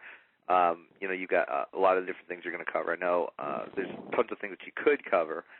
Such as public domain, a lot of your different marketing strategy. I mean, give people, I know you're still formulating this, because we talked the other day about this, but I know you're still formulating it, but kind of give an idea of what people are going to expect from you at the big seminar. The reason I laugh is because I haven't formulated exactly what I'm going to talk about, and just like you and I discussed, but there's a ton of stuff I could talk about, and it'd actually be really, I don't know if you ever survey your group before the seminar. Yeah, I'd even be willing to do a potluck type speech where they dictate what topics they want me to cover, and I could cover those. But that's really interesting. How about we do that? Okay. What I'll do is, I'll just kind of send them an ask campaign over out to the list, and George Collins, who's listening to this right now, I know, who works with me. George, that's your new job. And see, now there is the leader right there, delegate. That's why I make sure he listens to the conference calls. Remember what I said on the call. But just George's new job, and so we're going to do an ask campaign out to the list. We're going to find out what they want to know from you. So let me give you some topics. Yeah, absolutely. Okay. Well, we talked about public domain. I can talk for hours and hours on public domain. We can talk about copywriting. I've done my own huge course. Yeah, huge course and big workshop just on copywriting for the internet or for offline. And I've made millions and millions of dollars writing my own copy, so words on paper, words on the computer screen, building up a huge affiliate network. I told you I have about 38,000 some affiliates. Yeah. I can talk about product creation and for pretty much every aspect of information marketing, from $17 viral ebooks to a $15,000 apprentice coaching program. Right. Talking about and it pretty much runs the gamut from info marketing, like I said. Sure. Anything there. Really talking about. Go ahead. Well, let's take those topics right there. And again, George, if you're listening, what you need to do is we're going to create an ask campaign, and what we're going to do is we're going to send it out to the people that are coming to the big seminar, and we're going to ask them out of these topics that Yanik just mentioned, exactly what do they want Yanik to talk about, or maybe and we'll kind of get the responses back. We can talk about email marketing. We can talk about email marketing operating for email. Pretty much anything except for anything related to technology. So I'll pawn that off on somebody else. So you're going to do this class on how to FTP. Yeah. I'll be holding a special workshop for everyone there the day after the big seminar that only covers technical stuff. But that'll be a very short workshop. It's going to be a short workshop held at the bar. Again, folks, what Yanik has been marketing online for quite some time, since 2000. He's had this about 6 years now. And, what he's accomplished in those 6 years has just been tremendous, and the impact he's had on many people. I watch what Yanik does all the time because he, every now and then he does these little twists. For example, I was thinking about the other day. I got your hot sheet that you do, and I'm not really big into writing newsletters too much. I'm really big into writing offers, but not really big into writing newsletters. But I was looking at your newsletter, the hot sheet, as you call it, and I was thinking, I could do that. I could send one of these out once a month. Yeah, since I do it like whenever the hell I feel like it. Yeah, I think yours is like every, periodically. I don't have a schedule. It's whenever I feel like it, or whenever I got a good video to show my subscribers. Like I just got back from Turks and Caicos and Aruba, and so I put up a bunch of video from Turks and Caicos of me playing volleyball with AVP pros and having a good time partying there, or the other one was from Baja racing or bungee jumping or whatever crazy silly activity I'm doing. Actually, Frank Kern and I just signed up for this thing in June. This is pretty funny. We're doing this car rally, so I'm sure we'll have pictures of that. Yeah, we're gonna race around and Kern's Ferrari and hang out with other guys who are in their Lamborghinis and all kinds of other cars doing these road rallies. That's cool. It's gonna. What's interesting about this is that I know you like doing a lot of fun stuff. I remember we were at some event. You and Reese pulled me aside. Hey, the Concorde is the last time they're gonna run. You want to go? And I'm like, dude, I got to work. then you're like, hey, what about going to Spain and running with the Bulls? Yeah, I did that this summer. And you did that? Did you ever go on you went on the Concorde? Didn't you? Did not go on it. You did not go on the Concorde. I got totally screwed out of the Concorde. My wife and I had reservations, and it was, I don't know, like $11,000 a ticket or something. And we didn't give her a credit card, and she's like, okay, your place is reserved for 24 hours. And we called back the next day. She's like, yeah, it's $15,000 now. And at that point, it was more about principle than the money. Yeah, exactly. And I'm like, hell no. I'm not paying that. Give me your manager. And by the time we talked to anyone important, the thing was sold out. Right. So I totally missed it. But you did run with the Bulls. I did run with the Bulls, and I do have video footage of that, or picture footage of that, and I wanted to come back with. I found the guy that looks a lot like me. Yeah. One of the little stands. They take photos every single day of people running, these crazy ass people like that I was part of with my little white uniform and the red bandana. Yeah, the sash. And so I'm up against the wall, like trying to make myself as flat as possible. But I find this picture in the shop with a guy that looks a lot like me, and my brother's like, "Hey, just post that one up. They'll think that you're crazy." I'm like, nah. Thought about it for a second, but it's really interesting. And yeah, I mean, I know, you said one thing I think it's really important for people to understand, and I think it's important for all of us. Is you said you're really big into lifestyle.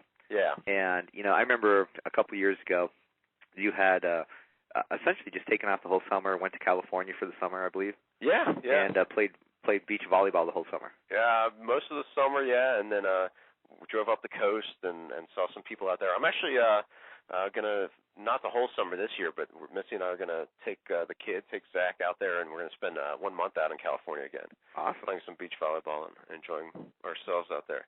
So yeah, lifestyle is definitely a big consideration, and that's the great thing about the internet is right. It allows you to literally take your laptop and go anywhere, or run your business from Spain, running with the Bulls, or wherever there's an internet connection, or if I will be completely honest, and I do not have 100% of my business automated, but it's automated to a point where I don't have to check in every day, or I can go away for a week and not really worry too much about it. And, so I didn't bring, when I went Baja racing, I didn't bring my computer because there's no freaking connection out in the middle of nowhere, Mexico. Exactly. And my business did not blow up, and we were making tons of money while I'm out there having a great time Baja racing. And I think, that's the thing is that, with the internet, it allows us to really go anywhere we want, work anywhere we want, and again, depending on how automated our business is, which in most cases is pretty automated, once you get everything under control and once you know the systems. And, you can really do anything you want. I mean, one of the things that I have planned and what I want to do here sometime in the near future is I want to rent a big motor coach, and I just want to travel across the country. And this I think would be a great video because I want to see the world's biggest frying pan. Some crazy dumb stuff. Yeah, like the biggest ball of twine, right, stuff like that. I got a picture of the world's biggest thermometer, so I'm kind of set there. Well, you've already started now. Yeah, I mean, I found that in between Vegas and L.A. So yeah, but you can run your business from your little RV motor coach. Yeah, I can put it in there. I got my little Sprint card, and I can get internet access anywhere I want. So I'm happy with that. Or what if I'm going to rent a motor coach anyway? And I want to rent the big tour bus type motor coaches. Because if I'm going to do this for a month, I'm going to go as comfortable as I possibly can. Got to live it up. Yeah, and I figure, well, if I'm going to rent one anyways, it's not going to cost me that much more to go ahead and get one with like a little tiny satellite dish up on it, and this way I can get at least a decent internet connection on the road, and so we got some fun things like that we have planned. We're really excited about that. But again, Yanik, thank you very much for joining us on tonight's conference call. And I know we're going to see you in a few weeks. I know you got your seminar coming up. Yeah, I got my Internet Underground. Yeah, the Underground online seminar coming up in 4 weeks. And just a couple weeks before the big seminar there. And I know last year was a huge sellout, and I know you sold out this year already. Yeah. And you've got just a ton of people that are going to be there, and people that really no one's ever heard of. Yeah, I'm very, very excited about that, and also excited because your seminar and my seminar work so well hand in hand. Yeah. You got the proven entities, the guys who are doing it day in and day out and have proven themselves in the marketplace, and my guys are like the unknowns who I've kind of drug out into the light and made them reveal what they're doing on the internet. So it's actually a real perfect match.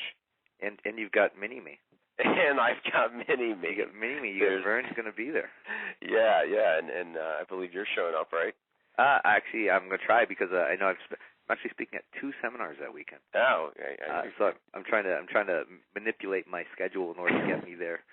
All right. At least for Sunday. So at least for Mini-Me appearance. I got to get the picture of Mini-Me. Yeah. It'll cost you though. I'm willing. So again, Yanik, thank you very much for joining us on tonight's call. And everyone, here's the deal: it's very simple. The big seminar is coming up soon. As you heard, Yanik's just amazing. With what he's done over the net, over the last few years, and what he's continuing to do, and what he's done in the past, my belief is really going to be a small piece of his overall business puzzle, because as he continues to grow his business like many of us do, it just expands beyond our wildest beliefs, and we go in directions that we feel comfortable in. Again, with things that happen in our lives, with the addition of children into our lives, we change our game plans many times to facilitate this, because this is something that we have the opportunity to do once you reach a certain level. The question is are you at that certain level? Do you want to have that choice, that lifestyle choice? If the question is if the answer is no, if you don't have that choice right now, what you need to do is you need to seriously think about coming to the big seminar. In fact, not seriously think about it. Just do it, because the more times than not, people mess up themselves by simply thinking too much about things. And, the big seminar has been proven. This is not something we're testing out here. We've done this 7 times now. This event, again, it costs a ton of money to put on. I spend literally over $350,000 putting on this event, and that's before person number 1 walks in through the door.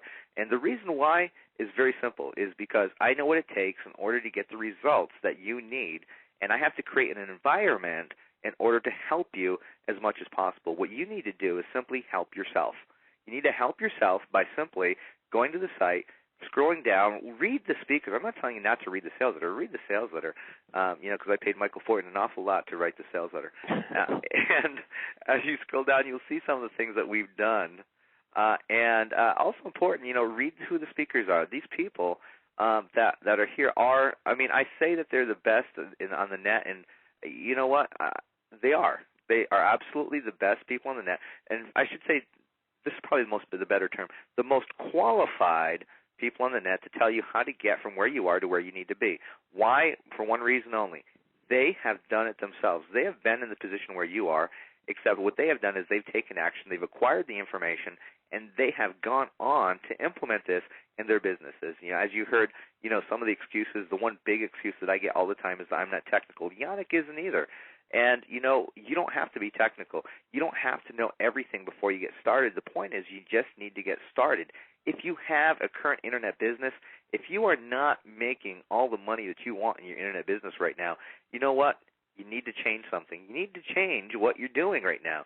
If you were making all the money that you wanted to make on the internet, you would not be on this call. So therefore, every one of you are qualified. What you need to do is read the sales letter, read what these people have to say. Read the people. Morgan Westerman, just an amazing individual. 40 million visitors over the course of that time frame. Dave Lacani, Alex Mondosian. All these different people have made and are currently. This is the most important part for me, because I turn down a ton of people to speak at my seminar, and I'm very selective as far as who I ask. I don't want someone that made millions of dollars 20 years ago or 15 years ago or 10 years ago or even 5 years ago.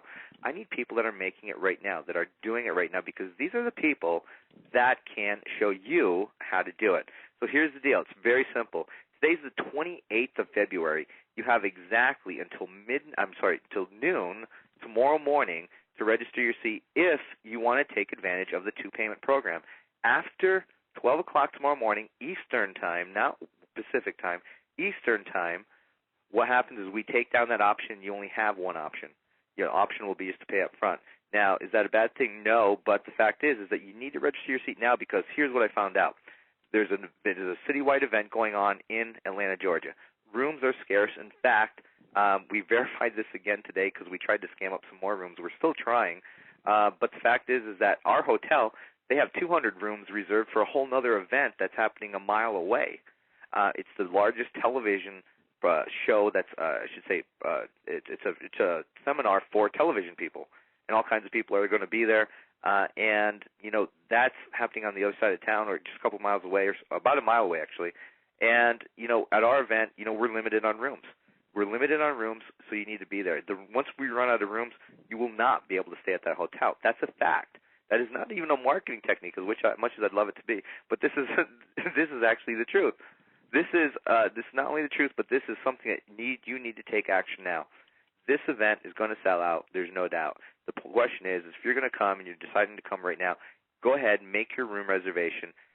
Get your seat, because we're going to give you a discount room code, and that code you have to call the hotel with, or you will not get our room block, which means you won't get a discounted rate, which means also that there's a good chance they won't even sell you a room.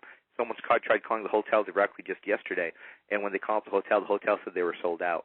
They immediately called our office and said, I can't register a room because your hotel's sold out. We panicked, and we started making phone calls, and we found out that they called in directly to the hotel. That's not the case. You need to use the room code that you get on the thank you page after you place your order. Go ahead and do that. Plus, you're also going to have the opportunity to go ahead and register as an affiliate where you can earn $1,000 per sale. We've had people at our event that have brought over 30 other people with them to our seminar. They have literally walked home with tens of thousands of dollars in their pocket because I pay you your affiliate commissions live at the event. We got a great Saturday night entertainment, and plus, we also do your meals. We pay for your meals on your lunches on Friday, Saturday, Sunday. Plus, we do a huge dinner banquet on Saturday night, which is always going to be fun. This concept of networking has never been more profound than at the big seminar, because this is the place where you can network with people that are making it happen, people that are serious about their business, and you need to be there. So, again, register your seat now. And, again, Yanik, thank you very much. My pleasure. And I will see you in a couple weeks. And everyone, register your seat right now for the big seminar. Go ahead, go to the sales letter, scroll down to the bottom of the page, click the order button, place your order date, and I'll see everyone in Atlanta, Georgia on April 7th, 8th, and 9th. Everyone have a great night. Bye-bye, everybody. Good night. Bye-bye. First of all, I'd like to welcome everyone to the Big Seminar Preview Series. Again, my name is Armin Moore, in case you're wondering if you are in the right place at the right time. And tonight's call is part of our preview series that we've been doing for the last, I don't know how many weeks now. Several weeks we've talked with many of the top marketers online, and tonight we're going to be talking with Yanik Silver about a great topic, a topic that you need to know about, a topic that literally can change the way that you do business online. So we're going to get to Yanik in just a moment, but first of all, I just want to give you my 2-minute commercial for this call, and that's how we do this. And it's very simply, folks, a lot of you already are coming. We've got almost a jam-packed house. We've already sold out one hotel for the seminar. We're working on our second hotel. And what we're doing is on March 19th, 20th, and 21st down in Orlando, Florida, we are putting together just a huge event that's going to bring all the top marketers on the Internet today into one place at one time and to teach you for 3 full days how to succeed in your own online business. We have some great people like Yanik Silver, who's going to be joining us tonight on this call. But we also have people like Mark Victor Hansen. Many of you know Mark from Chicken Soup for the Soul fame. He co-authored that book with Jack Canfield, or 1 Minute Millionaire with Robert Allen as well. And Mark is just a tremendous person, a tremendous teacher, and he's going to be one of our guest speakers at the big seminar. Alex Mondosian, a great friend of mine, great marketer, is going to be joining us with us. Jimmy D. Brown, many of you know Jimmy's literally, to me, the king of viral marketing on the Internet. But Jimmy's going to be there. Alexandria Brown, the Easy and Queen, she's going to be there as well, too. Michael Fortin, no doubt one of the greatest copywriters on the Internet today. He's going to be with us showing us how to write effective ad copy to increase sales. He's had as much as a 49% increase just by changing minor techniques on a website. He's going to show you how you can do that yourself. He's going to be teaching all that down at the seminar. We have Jim Edwards, who's talking about multimedia. Mike Stewart, who's going to be talking about the importance of audio online and how to create effective audio online. We have Fred Gleek. John Childers, one of my mentors, is going to be with us down there. John's going to be talking about the highest paid profession there is in the world today, and it's just a fantastic topic. You're going to really enjoy that. We also have people like David Garfinkel is going to be with us. Bruce Safran is going to be with us, and there may be one or two other people I may be missing, but either way, the fact is that we're going to be doing this for 3 full days. It's going to be a fantastic event. The first event we sold out. The second event we sold out. We're working very quickly on selling out this seminar right here. It's by far our biggest seminar that we've put on today. In fact, one of the main points of the seminar is I'm giving away a brand new 2004 Mustang convertible. I'm giving that away at the seminar. So again, how it works is very simple. I take one person that has registered for a seat at the seminar, and I'm going to give them the car. We're going to do a little drawing right there on the spot, and you could be going home with a new 2004 Mustang convertible. So that's one of the benefits, but the most important part, it's a seminar that can change your life. We have many, many people that have literally changed their whole business in a matter of a few short months.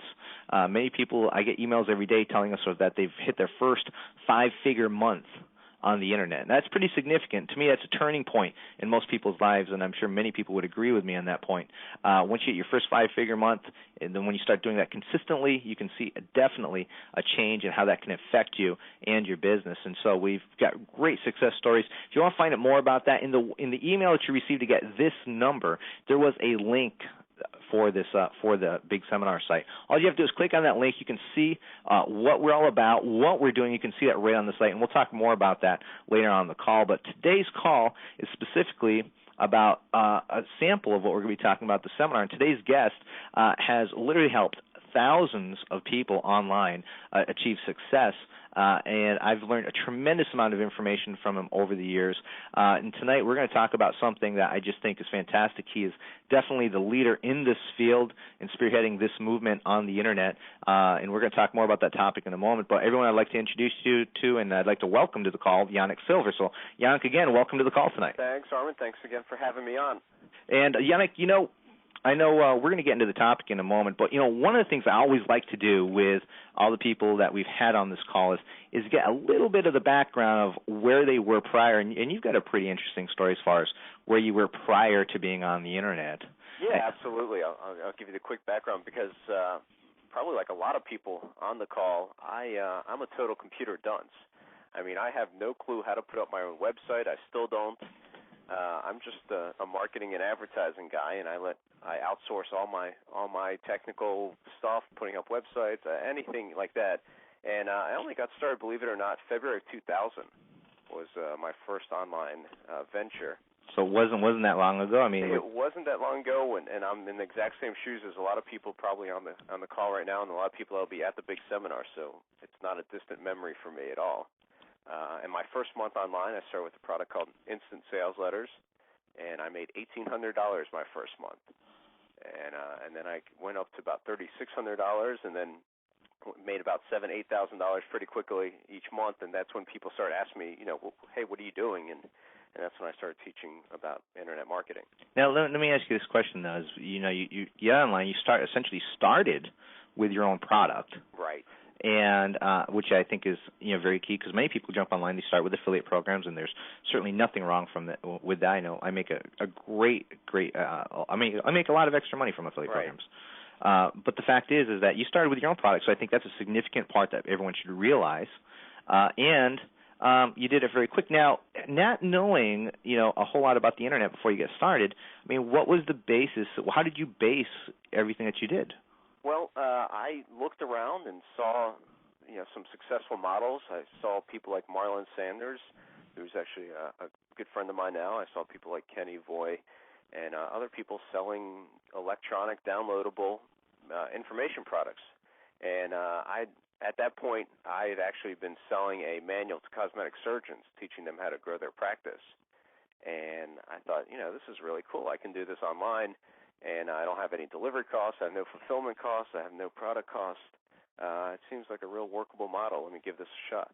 So I know a little bit about your background. You also you studied a lot of the offline marketers, a lot of the direct mail marketers. I did. I was fortunate enough. I was working for my father's business for a long time in sales and marketing, and I was out on the streets pounding the pavement when I was 16, making cold calls. And one of the doctors who was my customer gave me a J. Abraham tape when I was about 17 or 18, and I literally wore that thing out. I probably listened to it, 20, I don't know how many dozens of times, right, going back and forth, and that's like when the big light bulb hit that all about direct marketing and understanding these fundamental principles.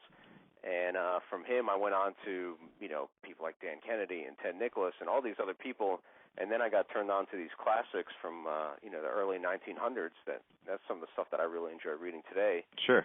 Because it's material that, it's all the exact same stuff, and I've just simply applied it online.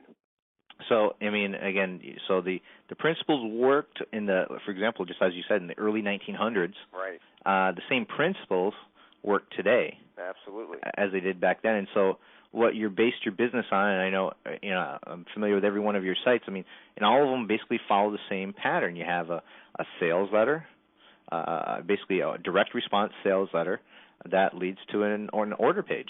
Exactly, right. So people it's not either decide to give me their email, they can buy, or they can leave. And ultimately, obviously, you've certainly done very successful with that. With that first online product, and this is kind of leading into what we want to talk about today, is you really didn't even write that product. The instant sales letters? Right. I wrote all the templates myself. Okay. Some of the bonuses.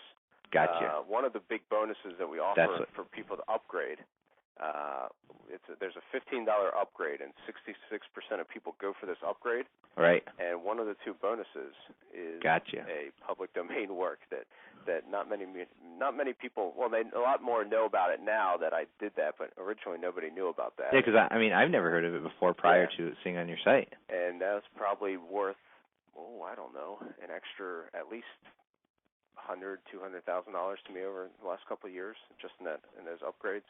Now, explain to people what public domain information is. Yeah, absolutely. There's definitely been a big buzz about public domain since I've let the cat out of the bag just a couple months back. Public domain is really nothing more than material that you and I can use, us as the general public, or really exploit, as the case may be, any way that we want. And it really falls into four main categories. They're divided up into generic information like facts, numbers, ideas, titles, blank forms, and so on, or works granted or donated to the public. In some cases, software developers will do this a lot. Sure. A really good example is P.T. Barnum's autobiography. He actually donated that to the public. Works by the government or its agents is public domain, and all federal and some state works are public domain. And then the really big one that I focus a lot on are formally copyrighted works that have fallen to the public domain because they lost their copyright due to a number of different situations. And that's a huge topic. And yeah, let's give an example. You've had several success stories that you've done personally recently. Yeah, absolutely. And let me just preface this: is that none of the things that we're gonna talk about have nothing to do with making money. Is that correct? That is absolutely correct, because to me, I think if you're going to be teaching how to make money online, you got to be making money doing other things besides selling how to make money online. Right. Or else I don't think your advice is. For me personally, I don't take that kind of advice. Right. So I went out, and I have several friends that are doing this, and I've done it myself. I have a little site on figure drawing, believe it or not, which teaches artists how to draw people better. And it's a work I got out of the public domain. It's from 37 perhaps. Actually, I have it right here in front of me. And all I did was scanned it in and changed a couple things in there. Let's see, 1928. And I put it up online, used the simple sales letter technique like we talked about, and it's generated about $400 a month right now. So now, very consistently. So $400 a month, that's an extra $4,800 a year? Yeah, $4,800 a year, and it's not like I even pay attention to this thing, Armin. Right. I I have not paid a single lick of attention since I put it up, and I really put it up as a way to show people that it can work with anything, because if I was choosing another market, I wouldn't pick artists. Right. I mean, what's the old saying about artists? Starving artists. Exactly. Yes, I mean, when you're choosing a market, you don't want people that are starving and don't have money. You want people that have money and are passionate about their subject and would pay almost anything for your material if you can, if you can choose your market. Now, so essentially, what you're doing is, I would probably look at this as recycling information. That would be a great way of describing it. We're taking information that's really either long lost or been long forgotten or even still in circulation, perhaps. Right. But due to the fact that a couple of these laws and how to find and research public domain and find out if it really is in public domain, then you can use them pretty much any way that you want. Now, the key to this, though, you just touched on it, is the fact that it's simple, but it's not easy necessarily.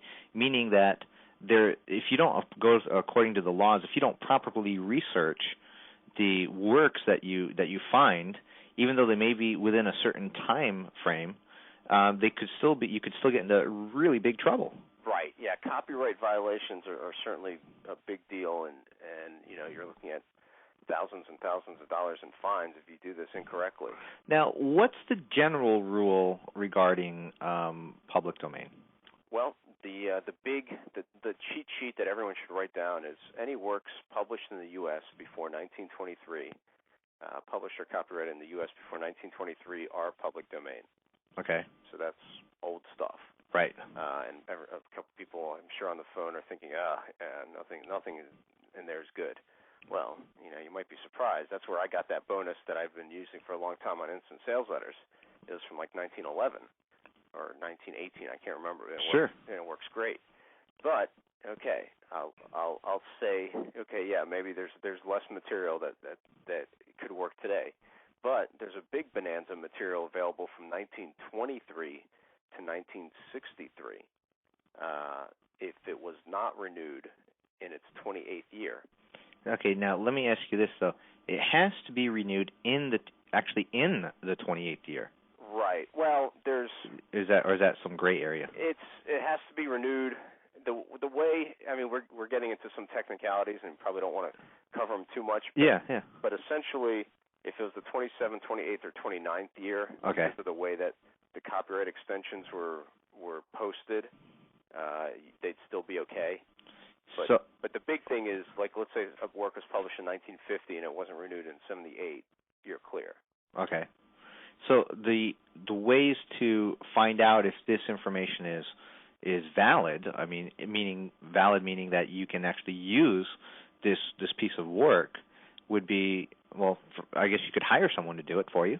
Yeah, there's actually a couple ways. You can hire the Copyright Office, and I think they charge about $65 or $75 an hour, but they take a couple weeks to do this for you. Right. You can hire a law firm in D.C. specializes in this, and they cost $90, and they get back to you in about 5 days. Or you can research it yourself, and there's a couple websites that people can go to research that. So, and out of those ways, which one do you think is the best way for the average person to utilize? Well, it depends. Depends how ambitious you are. Yeah, I should probably preface my whole conversation here saying I'm not a lawyer, so I can't give legal advice. Right. And it really depends on how valuable the work is, and sure, how risk tolerant you are.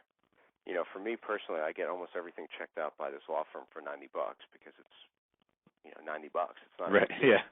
It's not a lot of money considering the profit potential that you could make from it. Yeah. Well, usually what I do is I'll check it out online by myself first, and then let the law firm make sure, because there's no reason to send it to the law firm if I could have taken 2 minutes to check it out by myself and saw that it was renewed. Right. And that's the way that I do it. And I forgot to mention something which is really exciting, is that legal experts think that 85% of works were not renewed in their 28th year. Really? Yeah, so that means only 15% of works were most likely renewed in that 28th year. So, and, that doesn't just cover books. We're talking about, everything from periodicals to movies to pictures and so on. I mean, the percentages vary based on the type of copyrighted material we're talking about. Like for movies is much higher renewal rates, but for books, I know for that statistic is right, that 85%. It's amazing. I mean, so there's literally just millions upon millions of works that are available out there for literally anyone to take advantage of. Yeah, anyone with a little creativity, a little imagination, and some marketing skills, and that way they can go market in really a non-competitive niche. I have another one on houseplants. Right. That I'm just screwing around with, and it's making like $150 a month. And that's one of those things again where I don't touch it, and I just cash a ClickBank check every 2 weeks. It's kind of like this. You're setting up these. I'll steal something from Frank Kern. It's kind of like these little rental properties. Yeah. What I call them my little vending machines. Vending. I like that. I like that term. They're my little. Did you know Coca-Cola every single day sells 20 million Coke cans out of vending machines? Really? So, even if they make a penny on that, they're making an incredible profit. And I know they make a whole lot more than a penny off each can. Right. And so that's the whole idea behind, that's one way of doing these little things. And I'll probably expand people's minds in just a second with another way.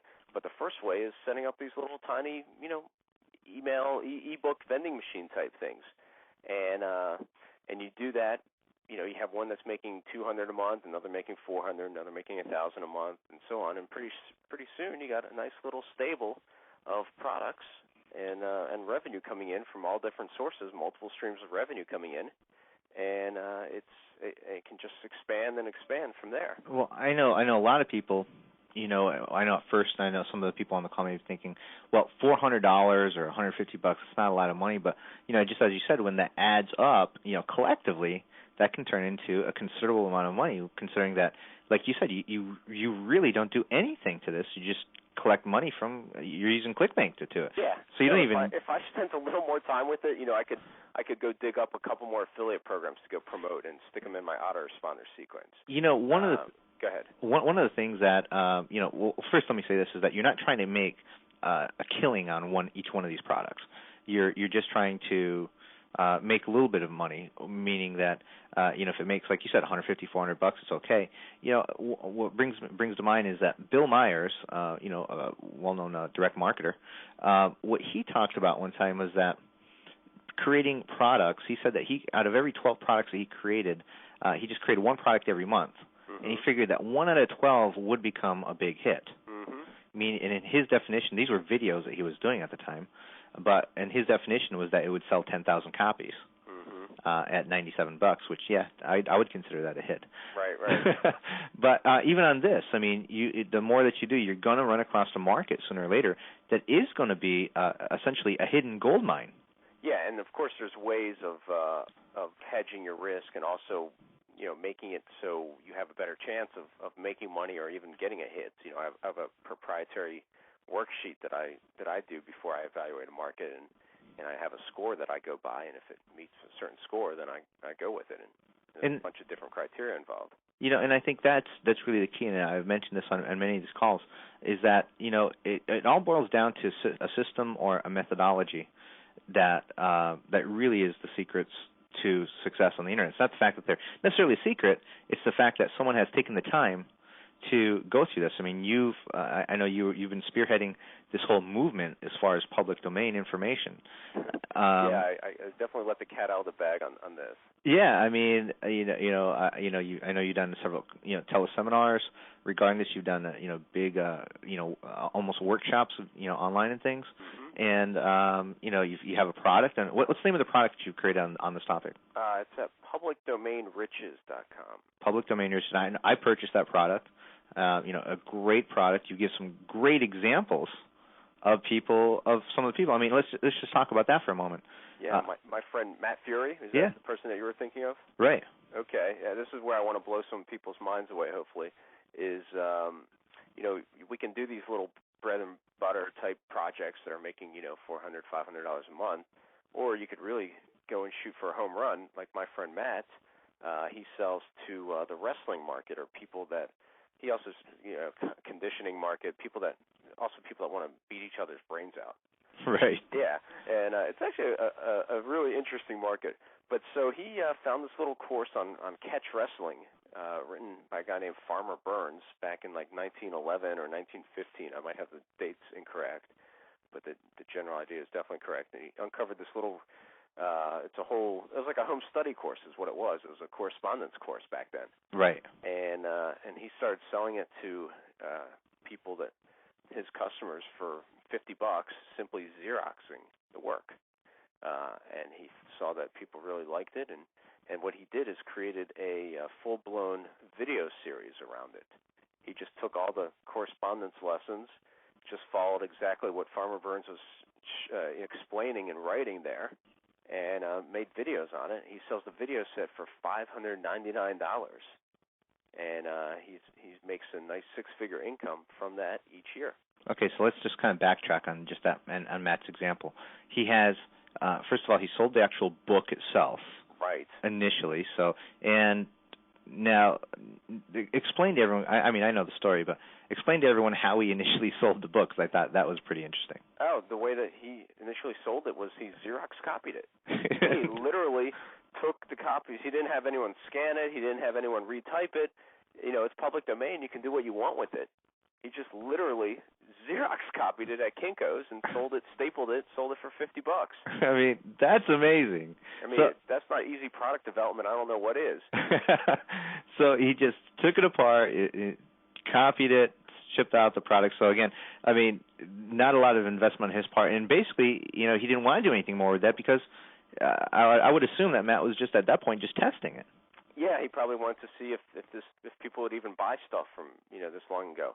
And he wrote some good sales copy for it, and they bought it in droves. And he did something really smart, which a lot of people should pay attention to and not let this skip over, is the fact that he had a back end and that he created after. You always want to think about what's next.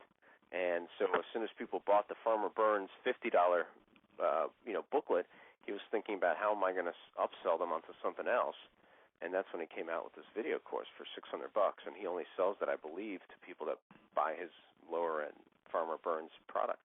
Well, now, I mean, it's a great example because he already knew that they were interested in this original product. Right. And so instead of trying to divert them or divert their interest into something else that they may not necessarily be interested in, he kept them in that same exact topic, same exact information.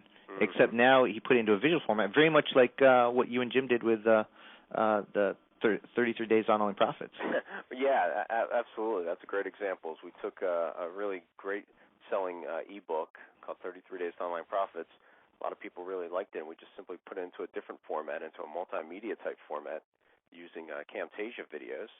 And we went and sold it for $129 instead of $29.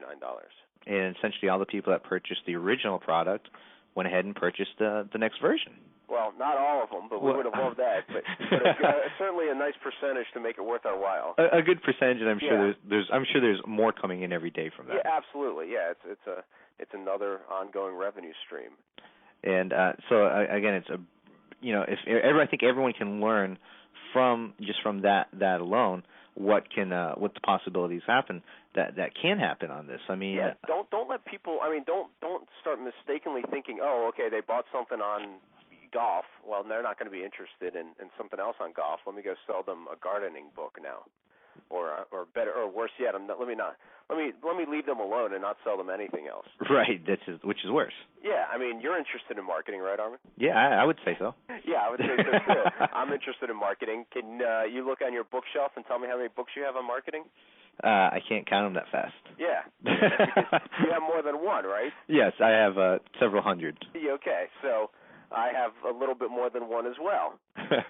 So when you're into a topic, don't make the mistake of not, giving them more of it, even if it means, the easiest way is become an affiliate for somebody else.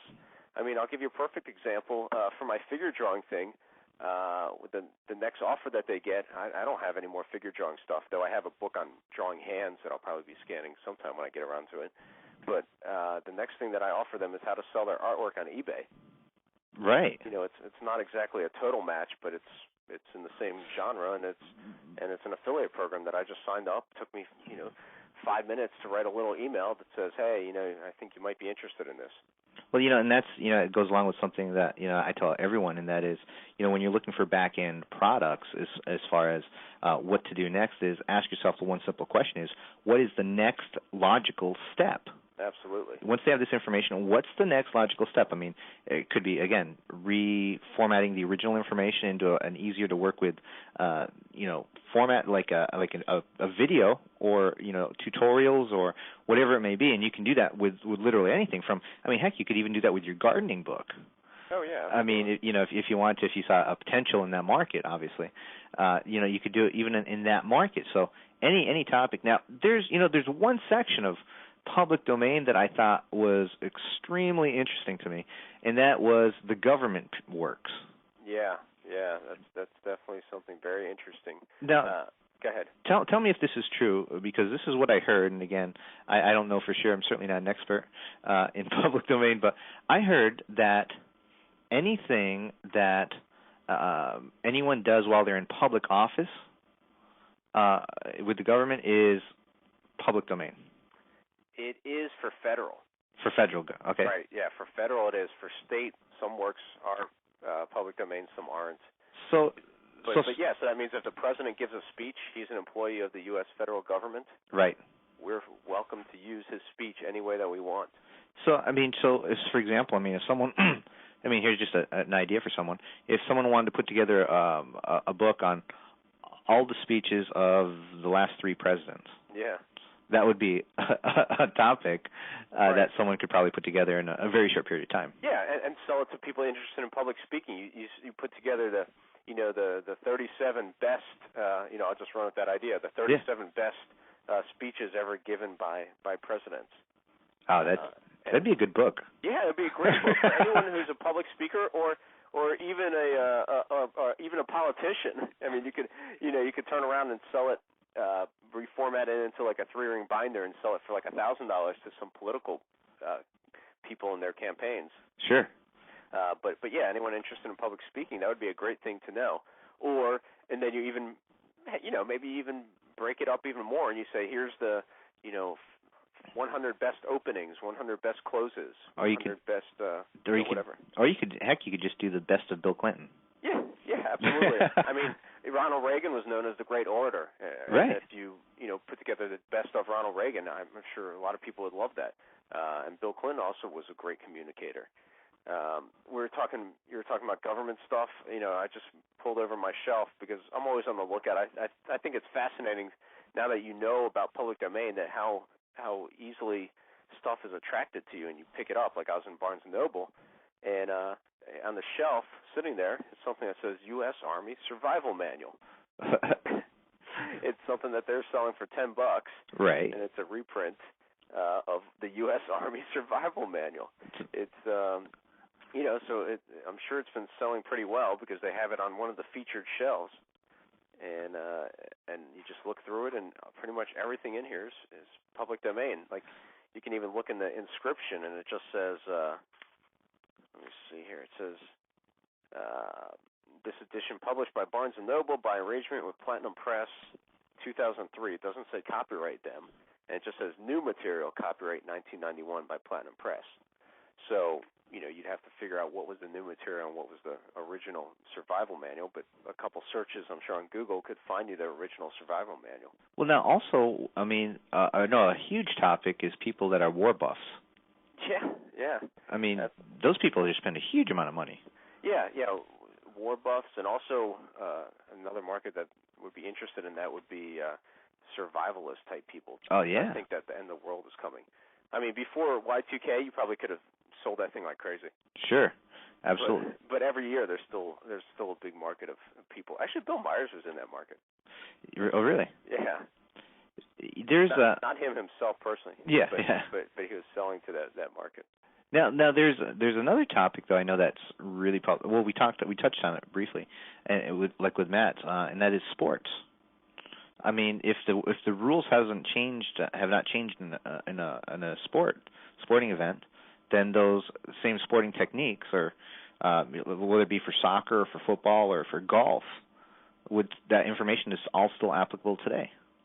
Oh, absolutely. I mean, golf people. I mean, even better than just stuff that teaches them the rules and so on is some kind of secret techniques.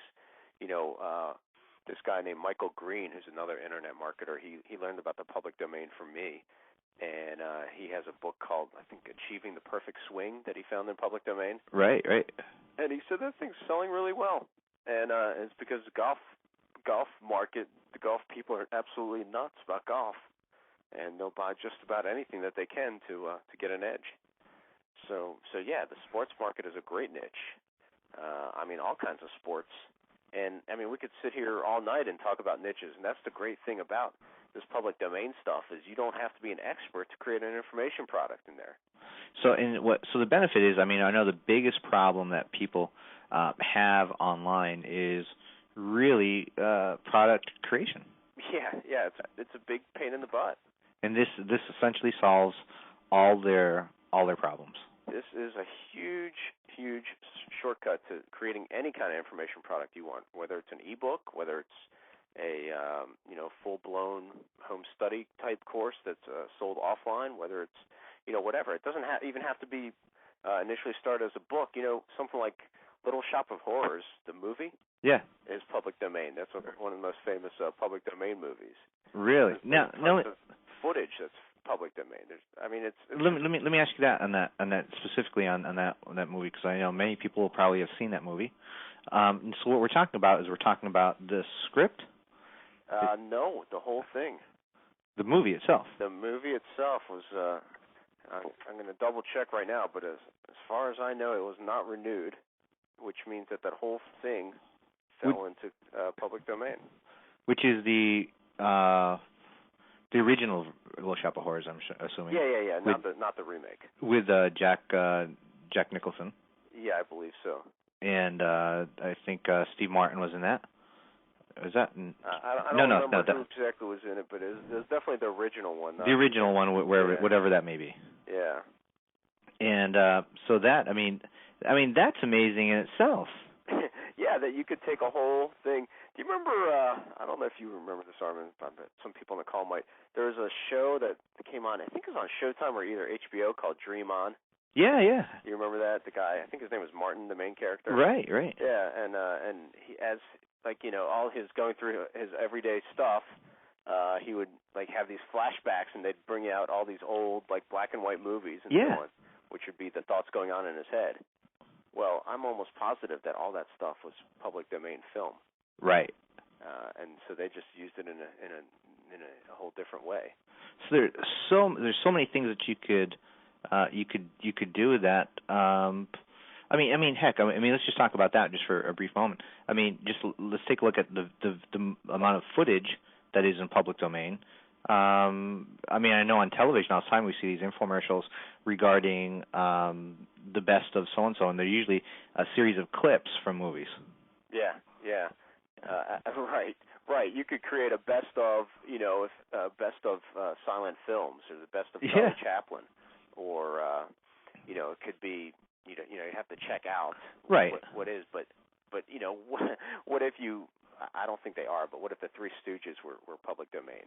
Well, I mean, that would be amazing. I mean, and if you just went on with the best of Three Stooges, I mean, you'd make a ton of money. I just double checked. Yeah, Little Shop of Horrors is public domain. It was the one published in 1960 with Jack Nicholson, like you said. Right. So that's amazing. So you can find that. Isn't that crazy? I mean, there's so much material. I mean, we could go on and on about this. It's really amazing. If anyone's interested in Little Shop of Horrors, it'll be on littleshopofhorrorgenerator.com. Next week sometime. A full download. But that's just. That blew me away because I never knew that information there. So I mean, as far as topics go, I mean, obviously we could, like you said, we could go on all night regarding the topics. So let's just kind of talk about the steps again. We've covered many of them. Yeah. Well, step one is finding a market is ideal.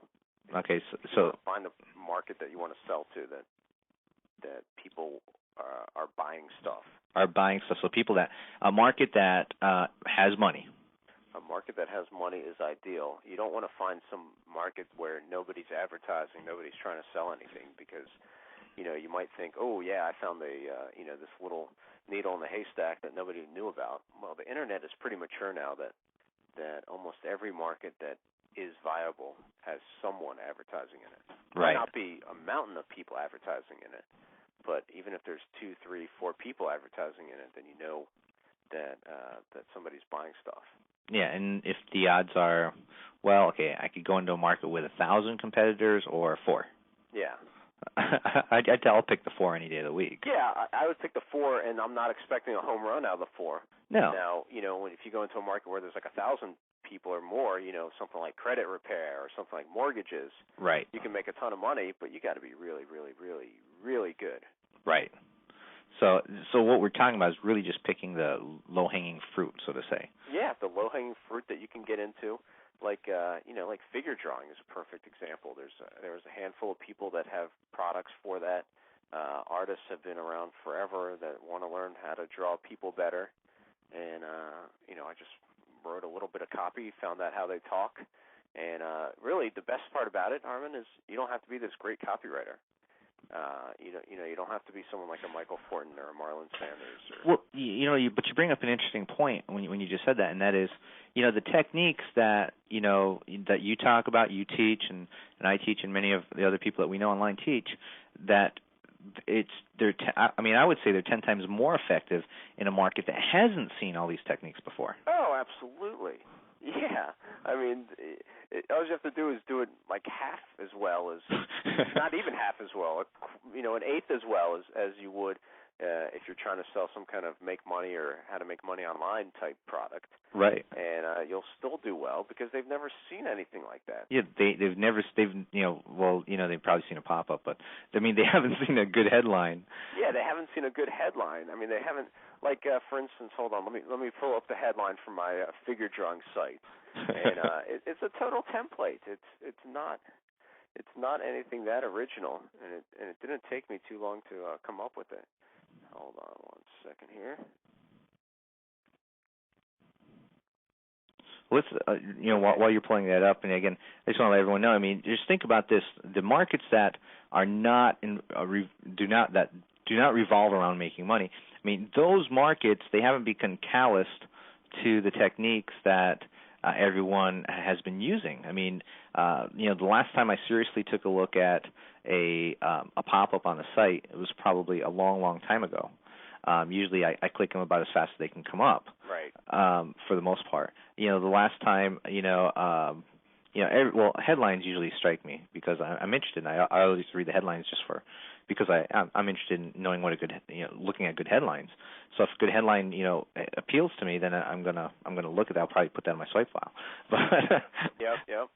But for the most part, I mean, when you go to a different market, that market hasn't been exposed to all these techniques. They don't know about the how-tos about how to do all this, and so your marketing methods are going to be just that much more effective to that market. Oh yeah. So here's the headline, and okay. This is such a total template. It's, at last, you can draw people and figures perfectly in any position without a model.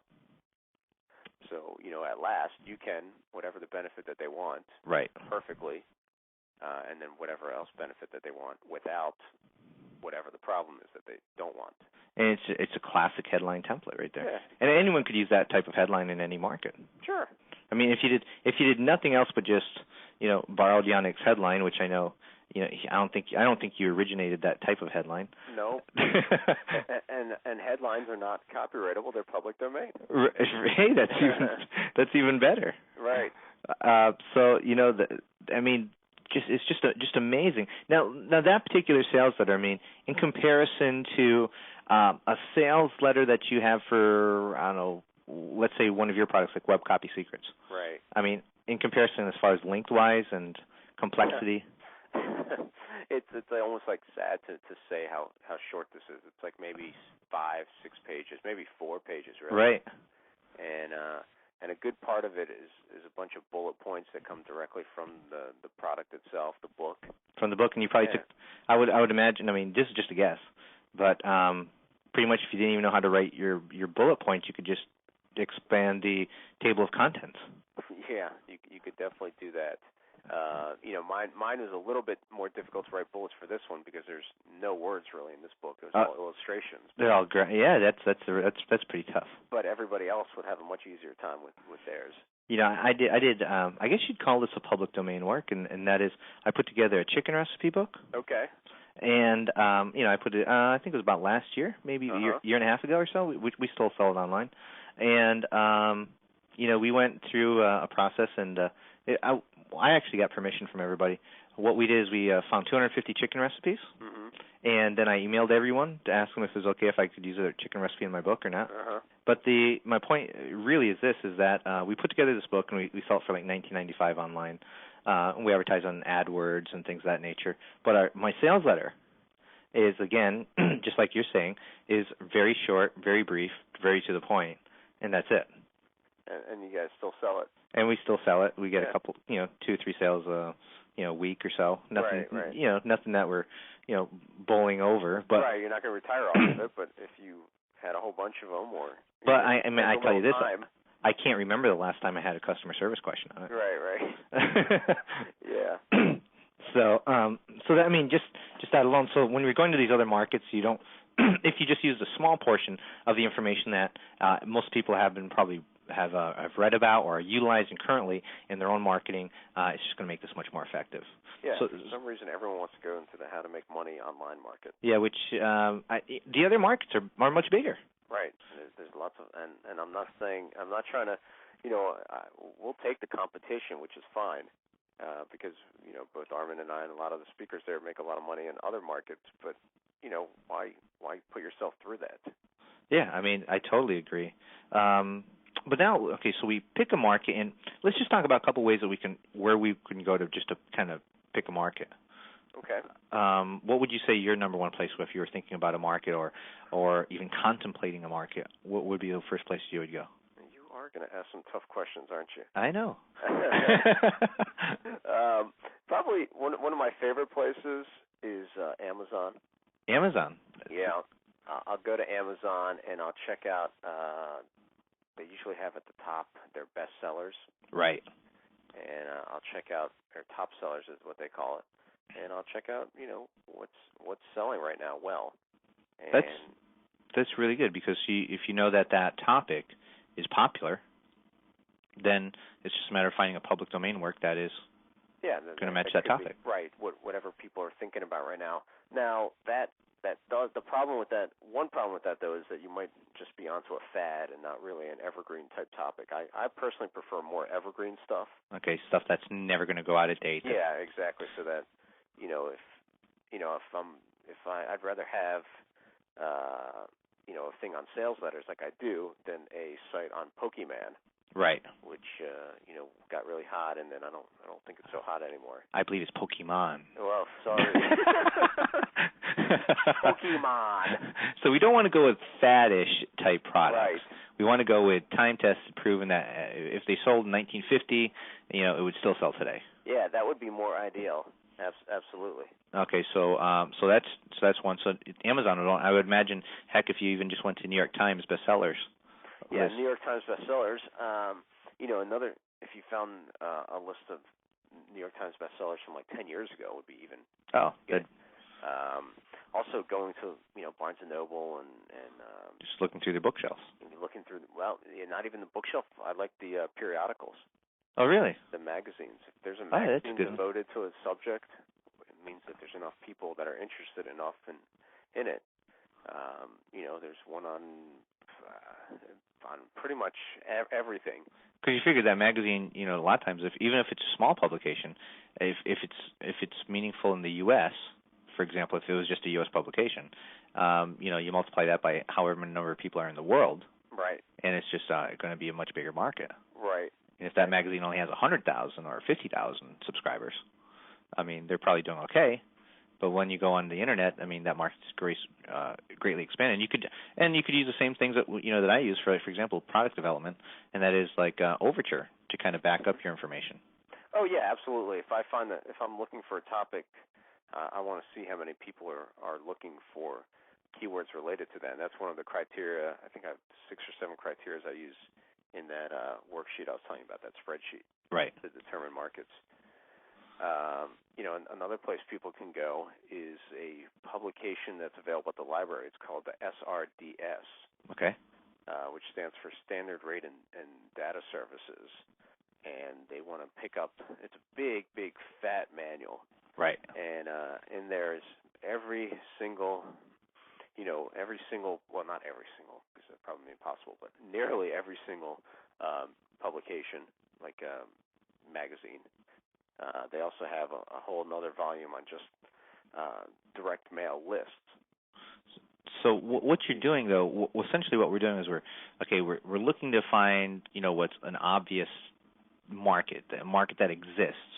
Right. And then we're using a lot of these other services to really validate what our original idea is. Yeah, to see if people are looking for it online, and to see how much competition is going on there, and see if we have joint venture partners, all kinds of different things to decide where we want to spend our time, because each of us only have 24 hours every single day. Sure. We got to decide what to do with it. Okay, so we find a market, we find that it's good. So now the next thing is to really just plain old research, I would imagine. Yeah, start looking. You want to look around for public domain material that could be used for that. Either I would imagine like a used bookstore would probably be invaluable. A used bookstore would be very good. A used bookseller online, like a site called Alibris. ALIBRIS. ALIBRIS.com. Okay. Gotcha. And that's a huge online used bookseller. Of course, government sites like firstgov.gov. That's firstgov.gov. Okay. And what does that site particularly do? That's like a gateway to a whole lot of different government agencies and information, consumer information. So, depending on the market that we decide to go after, there might be something there. I'll give you a perfect example. On my figure drawing book, one of the bonuses that I included for people is a bonus on how to win a grant, how to get a government grant for art. Okay. And all I did is just found a couple pieces on getting grants from the federal government, copy that because it's public domain, and just a list of all the different state agencies that do art grants. So it didn't take you a lot of time to put that together? No, not too much time, but it's a great bonus.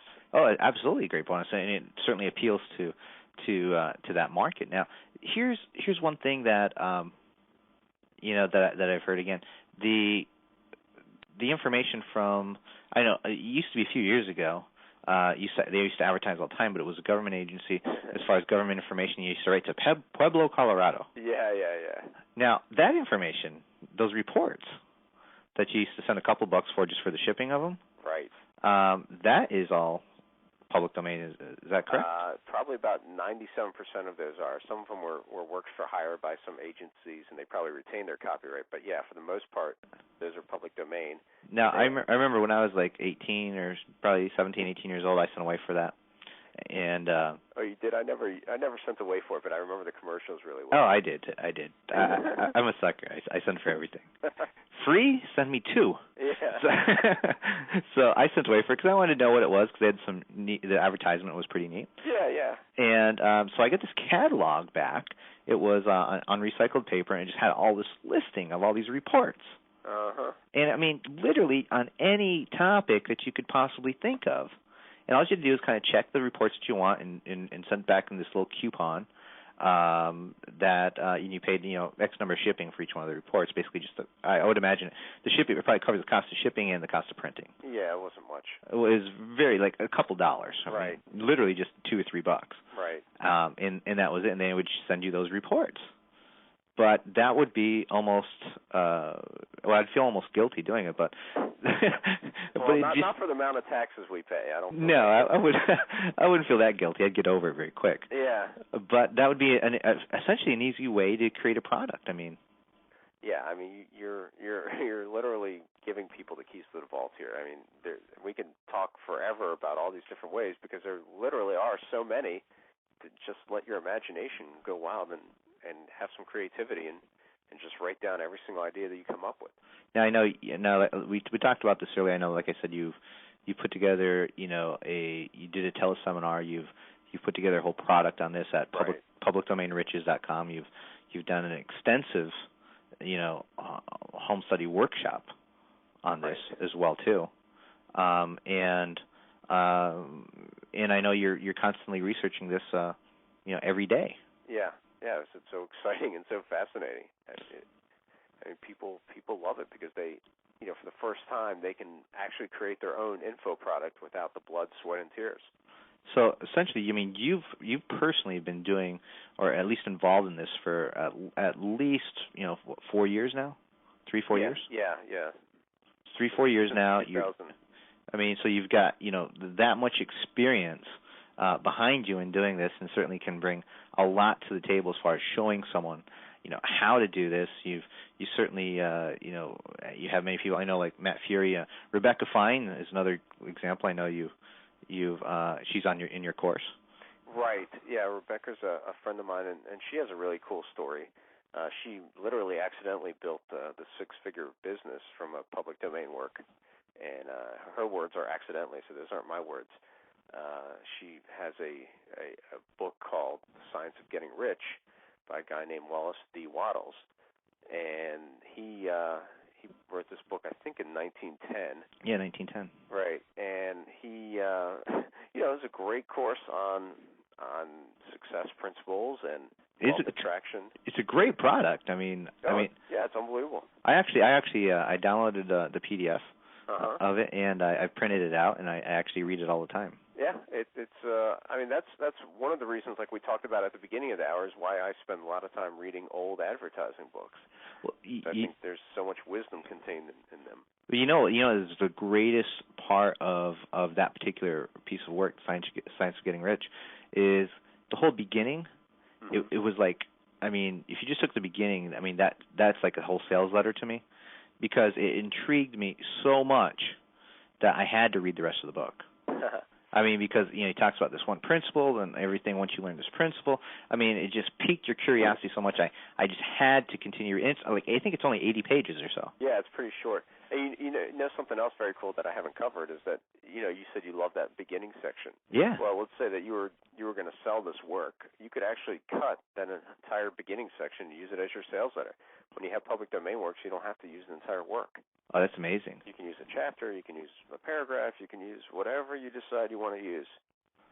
So, I mean, that's fantastic. I'm just, obviously, once we start talking about different topics, my mind just starts roaming.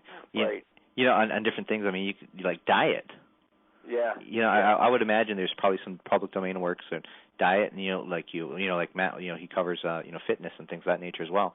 But diet and fitness, I mean, is always a topic that every year, and more people every year, literally becoming interested in because of the whole baby boomer, phenomenon. Yeah, I mean, it really comes down to, do you have a good story or a good pitch on it? Right. The twist, essentially. Yeah. What is the big idea behind this work? And that just comes from, really just taking a look at the work and through every single page, finding out what's unique about it and coming up with the real big idea behind it. Well, I would imagine that you could say, I mean, just something, hidden secrets from a lost manuscript, used 85 years ago. Yeah, and if there was some other benefit attached to it that kept a that I don't know that had a story behind it. Yeah, that took a 485-pound Australian woman and brought her down to 105 pounds in a size 4 or something. Right. Obviously that's super exaggerated, but sure, people get the idea that that story behind there. I have one of my students doing a work. I can't reveal it because I don't want him to have any other competition. But it's a health type work, right? And in there is all these different exercises that people can do to improve this aspect of their health. And in there are built-in case studies, or almost like testimonials. It's like this person was afflicted with, whatever it was. This person was afflicted with that. And so he could just take that, and that's what I told him to do in the copy, and it's selling pretty good right now. See, I mean, and again, so it's just simple products. Again, you don't have to write them yourself. You can find them. You could literally go find them yourself or hire someone else to do it. I mean, it wouldn't be very complicated to do. And essentially, you have, like you stated earlier, your own vending machines online that are consistently bringing in, money every single month. Yeah. Yeah, I mean, who wouldn't want their car payment paid for? Exactly. Or their mortgage or their light bill or whatever. Yeah, put one together, it's a car payment. Put three together, and you have a house payment. Yeah. And so I think, the whole topic is fascinating. But Yanik, we've only really just touched the surface of the information that obviously that you have on public domain, and I know you're going to be able to go into much greater detail on this topic at the big seminar when I'm not in the way to interrupt you. Well, absolutely, and also, by then I'll have more developments, we'll have new research, and of course more case studies. So, explain to people just some of the things some of the additional things that you'll be covering at the big seminar. Well, there are 25 different places that I use to find public domain information. I'll be sharing with people a whole big chunk of those places. Of course, I'll be showing you literally step by step how to check the status of a work within a couple minutes online. Like we talked about, that's one of the first steps that I do. More importantly, I'll be showing you an entire case study from beginning, from incubation all the way up till the end to making money of that figure drawing site. I'll show you how I came up with the idea, how I researched the marketplace, how I got inside the market's head, because I'm not an artist, though I play one on TV. No, I wanted to be an artist when I was about, actually I wanted to be a cartoonist when I was 12 years old. And I don't think you were at the birthday bash for that. At the birthday bash, I showed people some of my artwork from when I was 12, and it hasn't really improved much since then. I know we were at an event one time, and we were both up on stage, and sitting there, I think it was me, you, and John Reese. Right. And we're answering questions, and I look over, and Yanik has this pad that he had brought up on stage with him, which I assumed he was going to be taking notes. Right. Very meticulous notes. And he's writing away, and I assume he's taking notes or, getting ready to say something, and he wanted to outline it. I look over, and he's drawing cartoon characters on this pad next to me. Right. and so those skills haven't really improved much since I was 12. But I noticed that. Yeah. So I'm not an expert artist, but, I learned enough to speak their language and be able to sell to them every single day. That's one of the things that we'll be talking about. Also, just the whole setting up the process for literally a couple $100. Right. So, I think, my opinion is this, is that, if people are not implementing public domain information into their online business, they're missing the boat. They're just missing a huge amount of cash that's really just sitting on the table. And correct me if I'm wrong, but this topic and this method is virtually untapped.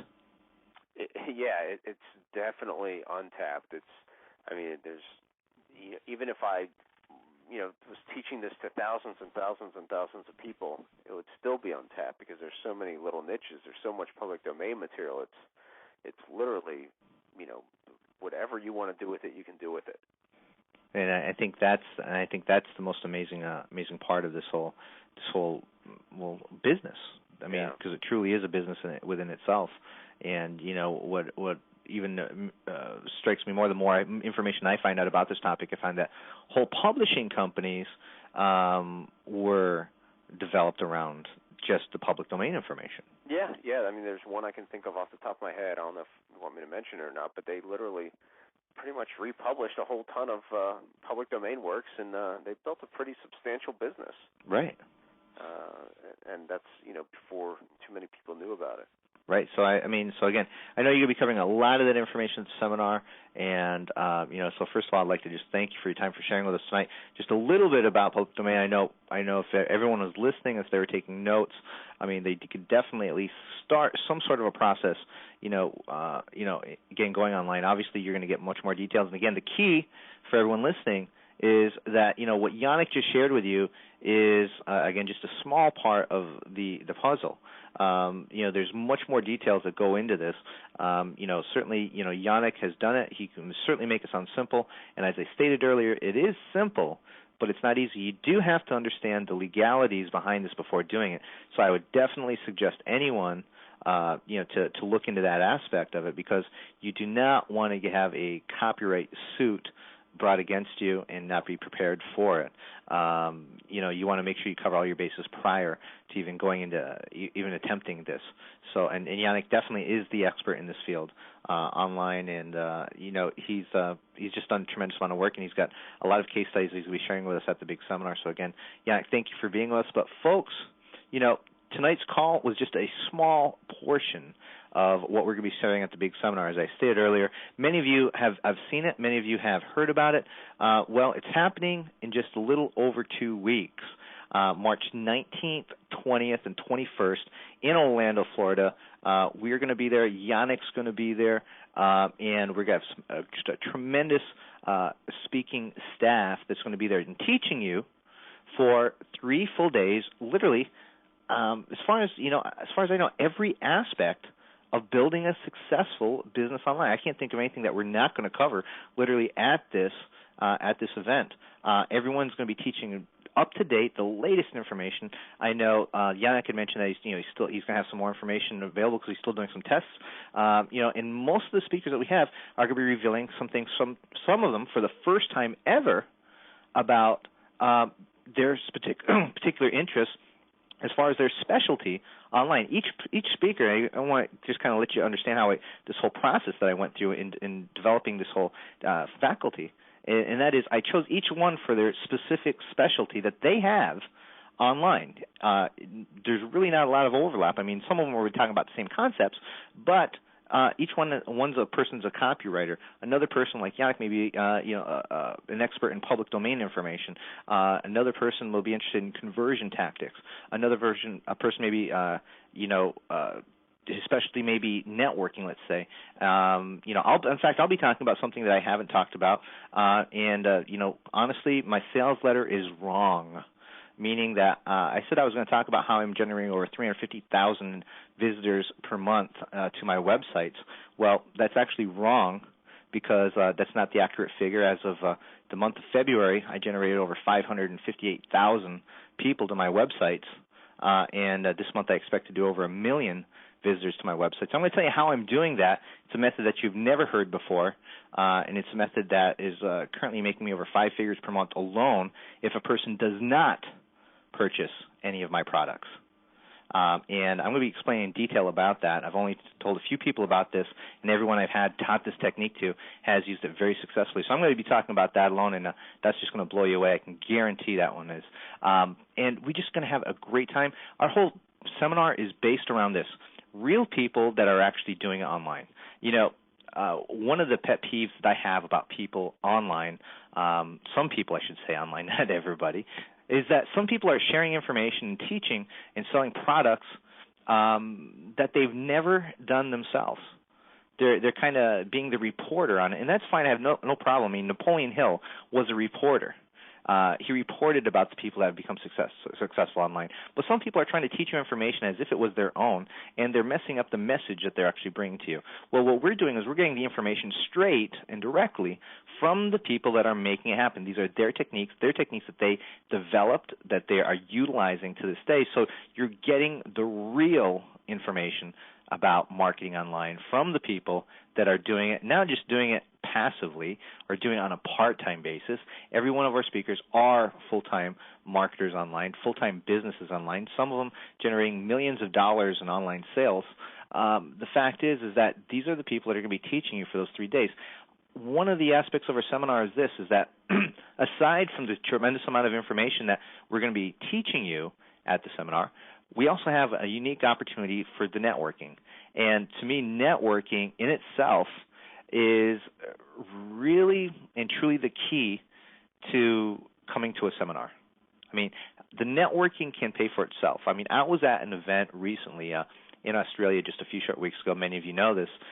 Well, I was at that seminar, and and I spoke there, and I had a great time. But what made that whole seminar profitable for me was I had a chance to meet with some people down in Australia that we created a joint venture together, and in the next few months I'm going to be releasing a product with them that is unlike anything I've ever seen before. It's obviously having to deal with software, because that's what I like to do, and I expect that to be a huge, huge product in this next year for me. And I would have never got it without the networking aspect of that seminar. In our seminar, we do things specifically to help you network and find the things that you need. For example, some of you on this call right now have a product, but yet you have no one to market that product to. You may not even have a list at this time. And you could have the greatest product in the world, but without a distribution list, without a way to distribute your product, it's not doing you any good just sitting there literally on the shelf. So you may find someone that has a list that's appropriate for you to market to, so you could create a joint venture in that aspect. And some of you have a list, but yet you may not even have a product to market. So you could find someone with appropriate product that you could market to your list. And again, you could create a joint venture that way. Some of you may have similar ideas. You may be both working in the same market, and you may meet someone that is going to literally bring you to the next level, meaning that you're going to team up with them and you could become partners in this. I have several successful partnerships online right now that are just generating a huge income for me. But again, it's one thing talking with people over the phone. It's one thing talking with people via email. It's one thing instant messaging people. But, there's something about sitting across the table and maybe having dinner together or lunch together that just makes it much more solid, makes it a real relationship. And, I think everyone can agree with me on that one fact, is that when you sit across from someone, you can look in their eyes, you can, for lack of a better word, you can tell if they're full of crap or not. And, that's what a seminar really is about. It's the networking aspect. That is one of the biggest benefits of going to a live event.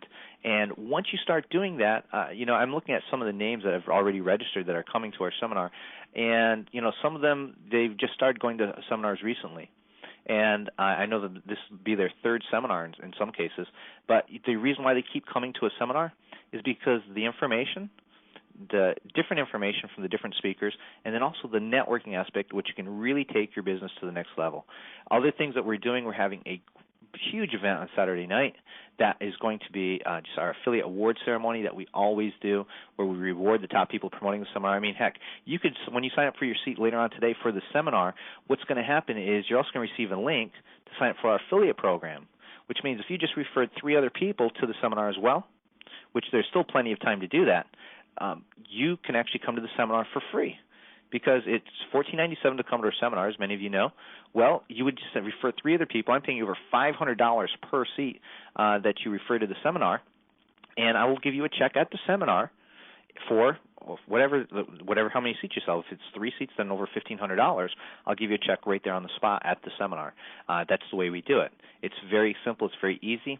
Again, one of the other benefits is something pretty exciting. I know in our industry, I don't think I've seen too many people do this, and that is I'm giving away a car. I'm giving away, my wife still thinks I'm crazy, but I'm giving away a 2004 Mustang convertible to someone at the seminar.